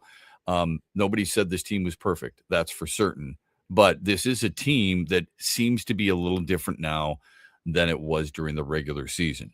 And Jalen Duren, everybody is pointing fingers at, fair or unfair. And I like him a lot. I do. He's one of my favorite players. But the energy in which he plays is oftentimes what separates him. And he doesn't seem to have that. Do you think he's frustrated? Do you think he's confused? What do you think the reason is for his inability to find a different way than how he played during the regular season to perform here in the playoffs? I think he's still growing as a player. I think he's still learning how to deal with being the target that he's become in this series for the Orlando Magic to go after. Hey, I think he can find out that even though he may not get his customary 23 points a game, which is what he's been averaging since the All-Star break. He became an All-Star for the first time this year, and he's played even better since the All-Star game that he participated in back in February. But in this series, he hasn't been able to go to his strengths. But there are other things that he can do. He can be a better defender. He can move his feet, just like Asar Thompson did the other night with 15 rebounds. Kill the glass on the defensive end. Don't allow them to get the 16 offensive rebounds that they got to, help push them across the finish line in Game 4.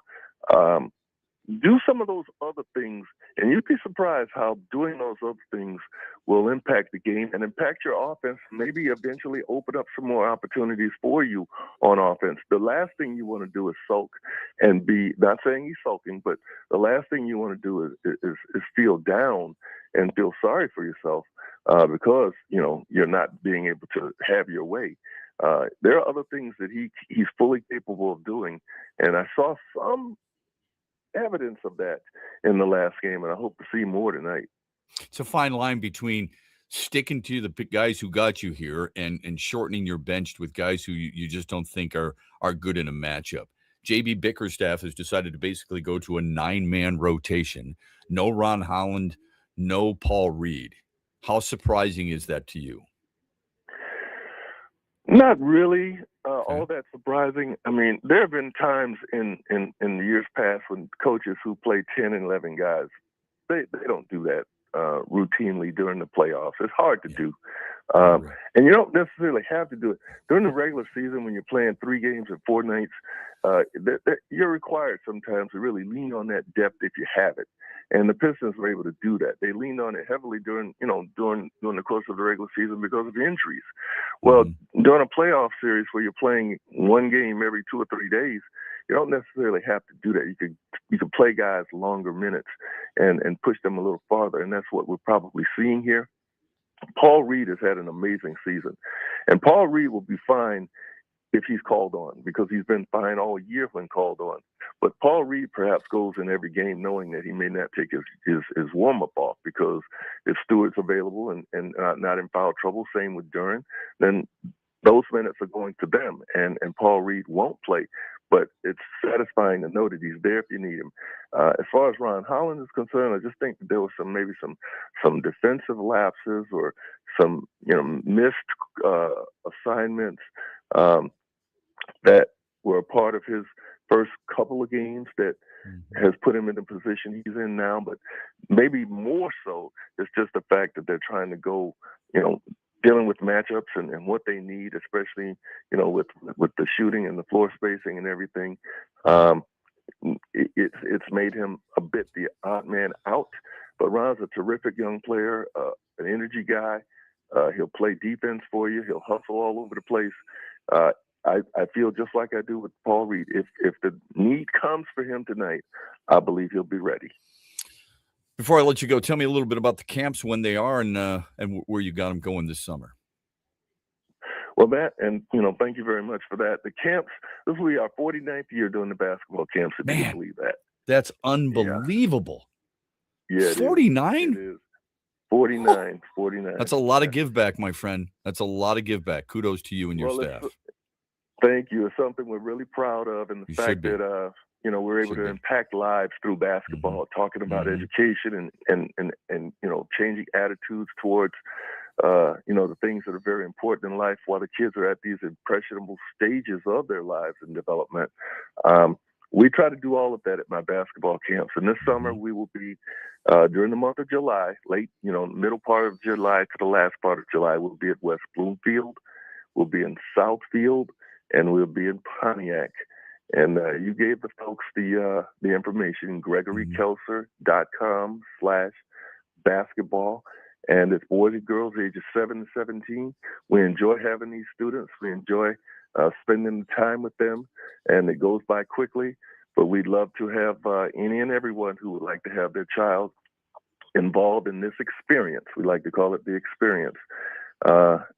We believe we can positively impact children, make them better basketball players, but the goal is to make them better students and just better people. Yeah, well, if they're going to your camp, they're going to be better people. I can promise you that, folks, because there's not as many good people out there as there needs to be. But if you're following what Greg Kelser is doing on a regular basis, you are one of the good guys. Thank you, my friend. Keep up the great work. Have a wonderful weekend, and good luck with the camps. You too, Matt. Okay. Yes, thank you so much, and have a great weekend and tell your family I said hello. Will do. All right. Gregory Kelser joining us here on X's and Bros. The camps are unreal, folks. They really are. It's about the person. It's about getting the person and getting them to do more things in life that make them happy and are the right things in life. It's not just about basketball. It's a really good camp to go to. Let's get to the final results of the poll question. The Mitch Lyons Wealth poll question from yesterday. What part of the Pistons win was most encouraging? Offensive rebounding, shooting, or energy? Andy, how did people vote with this one? Yeah, the offensive rebounding was only 18% of the vote. Shooting was 29% of the vote. I feel like this was the one that was going to win, as the energy was 53%, because you can kind of group that almost into all that stuff, I feel like, in a way. And I feel like they just gave a better effort with all that stuff. So that final result doesn't really surprise me too much. Got it. We got another one out there for you right now. Do the Pistons force a Game 7? It's as simple as that. Yes or no. Vote as often as you want. We'll be back with you Monday to tell you how those final results looked. And we hope we'll be talking about a second-round playoff series. If Detroit wins tonight, they play Sunday afternoon at home at LCA. Our thanks to Andy McDonald. Our thanks to Gregory Kelser. Most of all, our thanks to you for giving us some of your time on a busy Friday. Have a great weekend, everybody. We're back with you Monday here on X's and Bros on the Michigan Sports Network. Mitch Lyons here, founder of Mitch Lyons Wealth, where we create your best game plan to protect, grow, and win retirement. I'm here with Tiger legend Kirk Gibson, who we are proud to support and partner with on the newly opened Kirk Gibson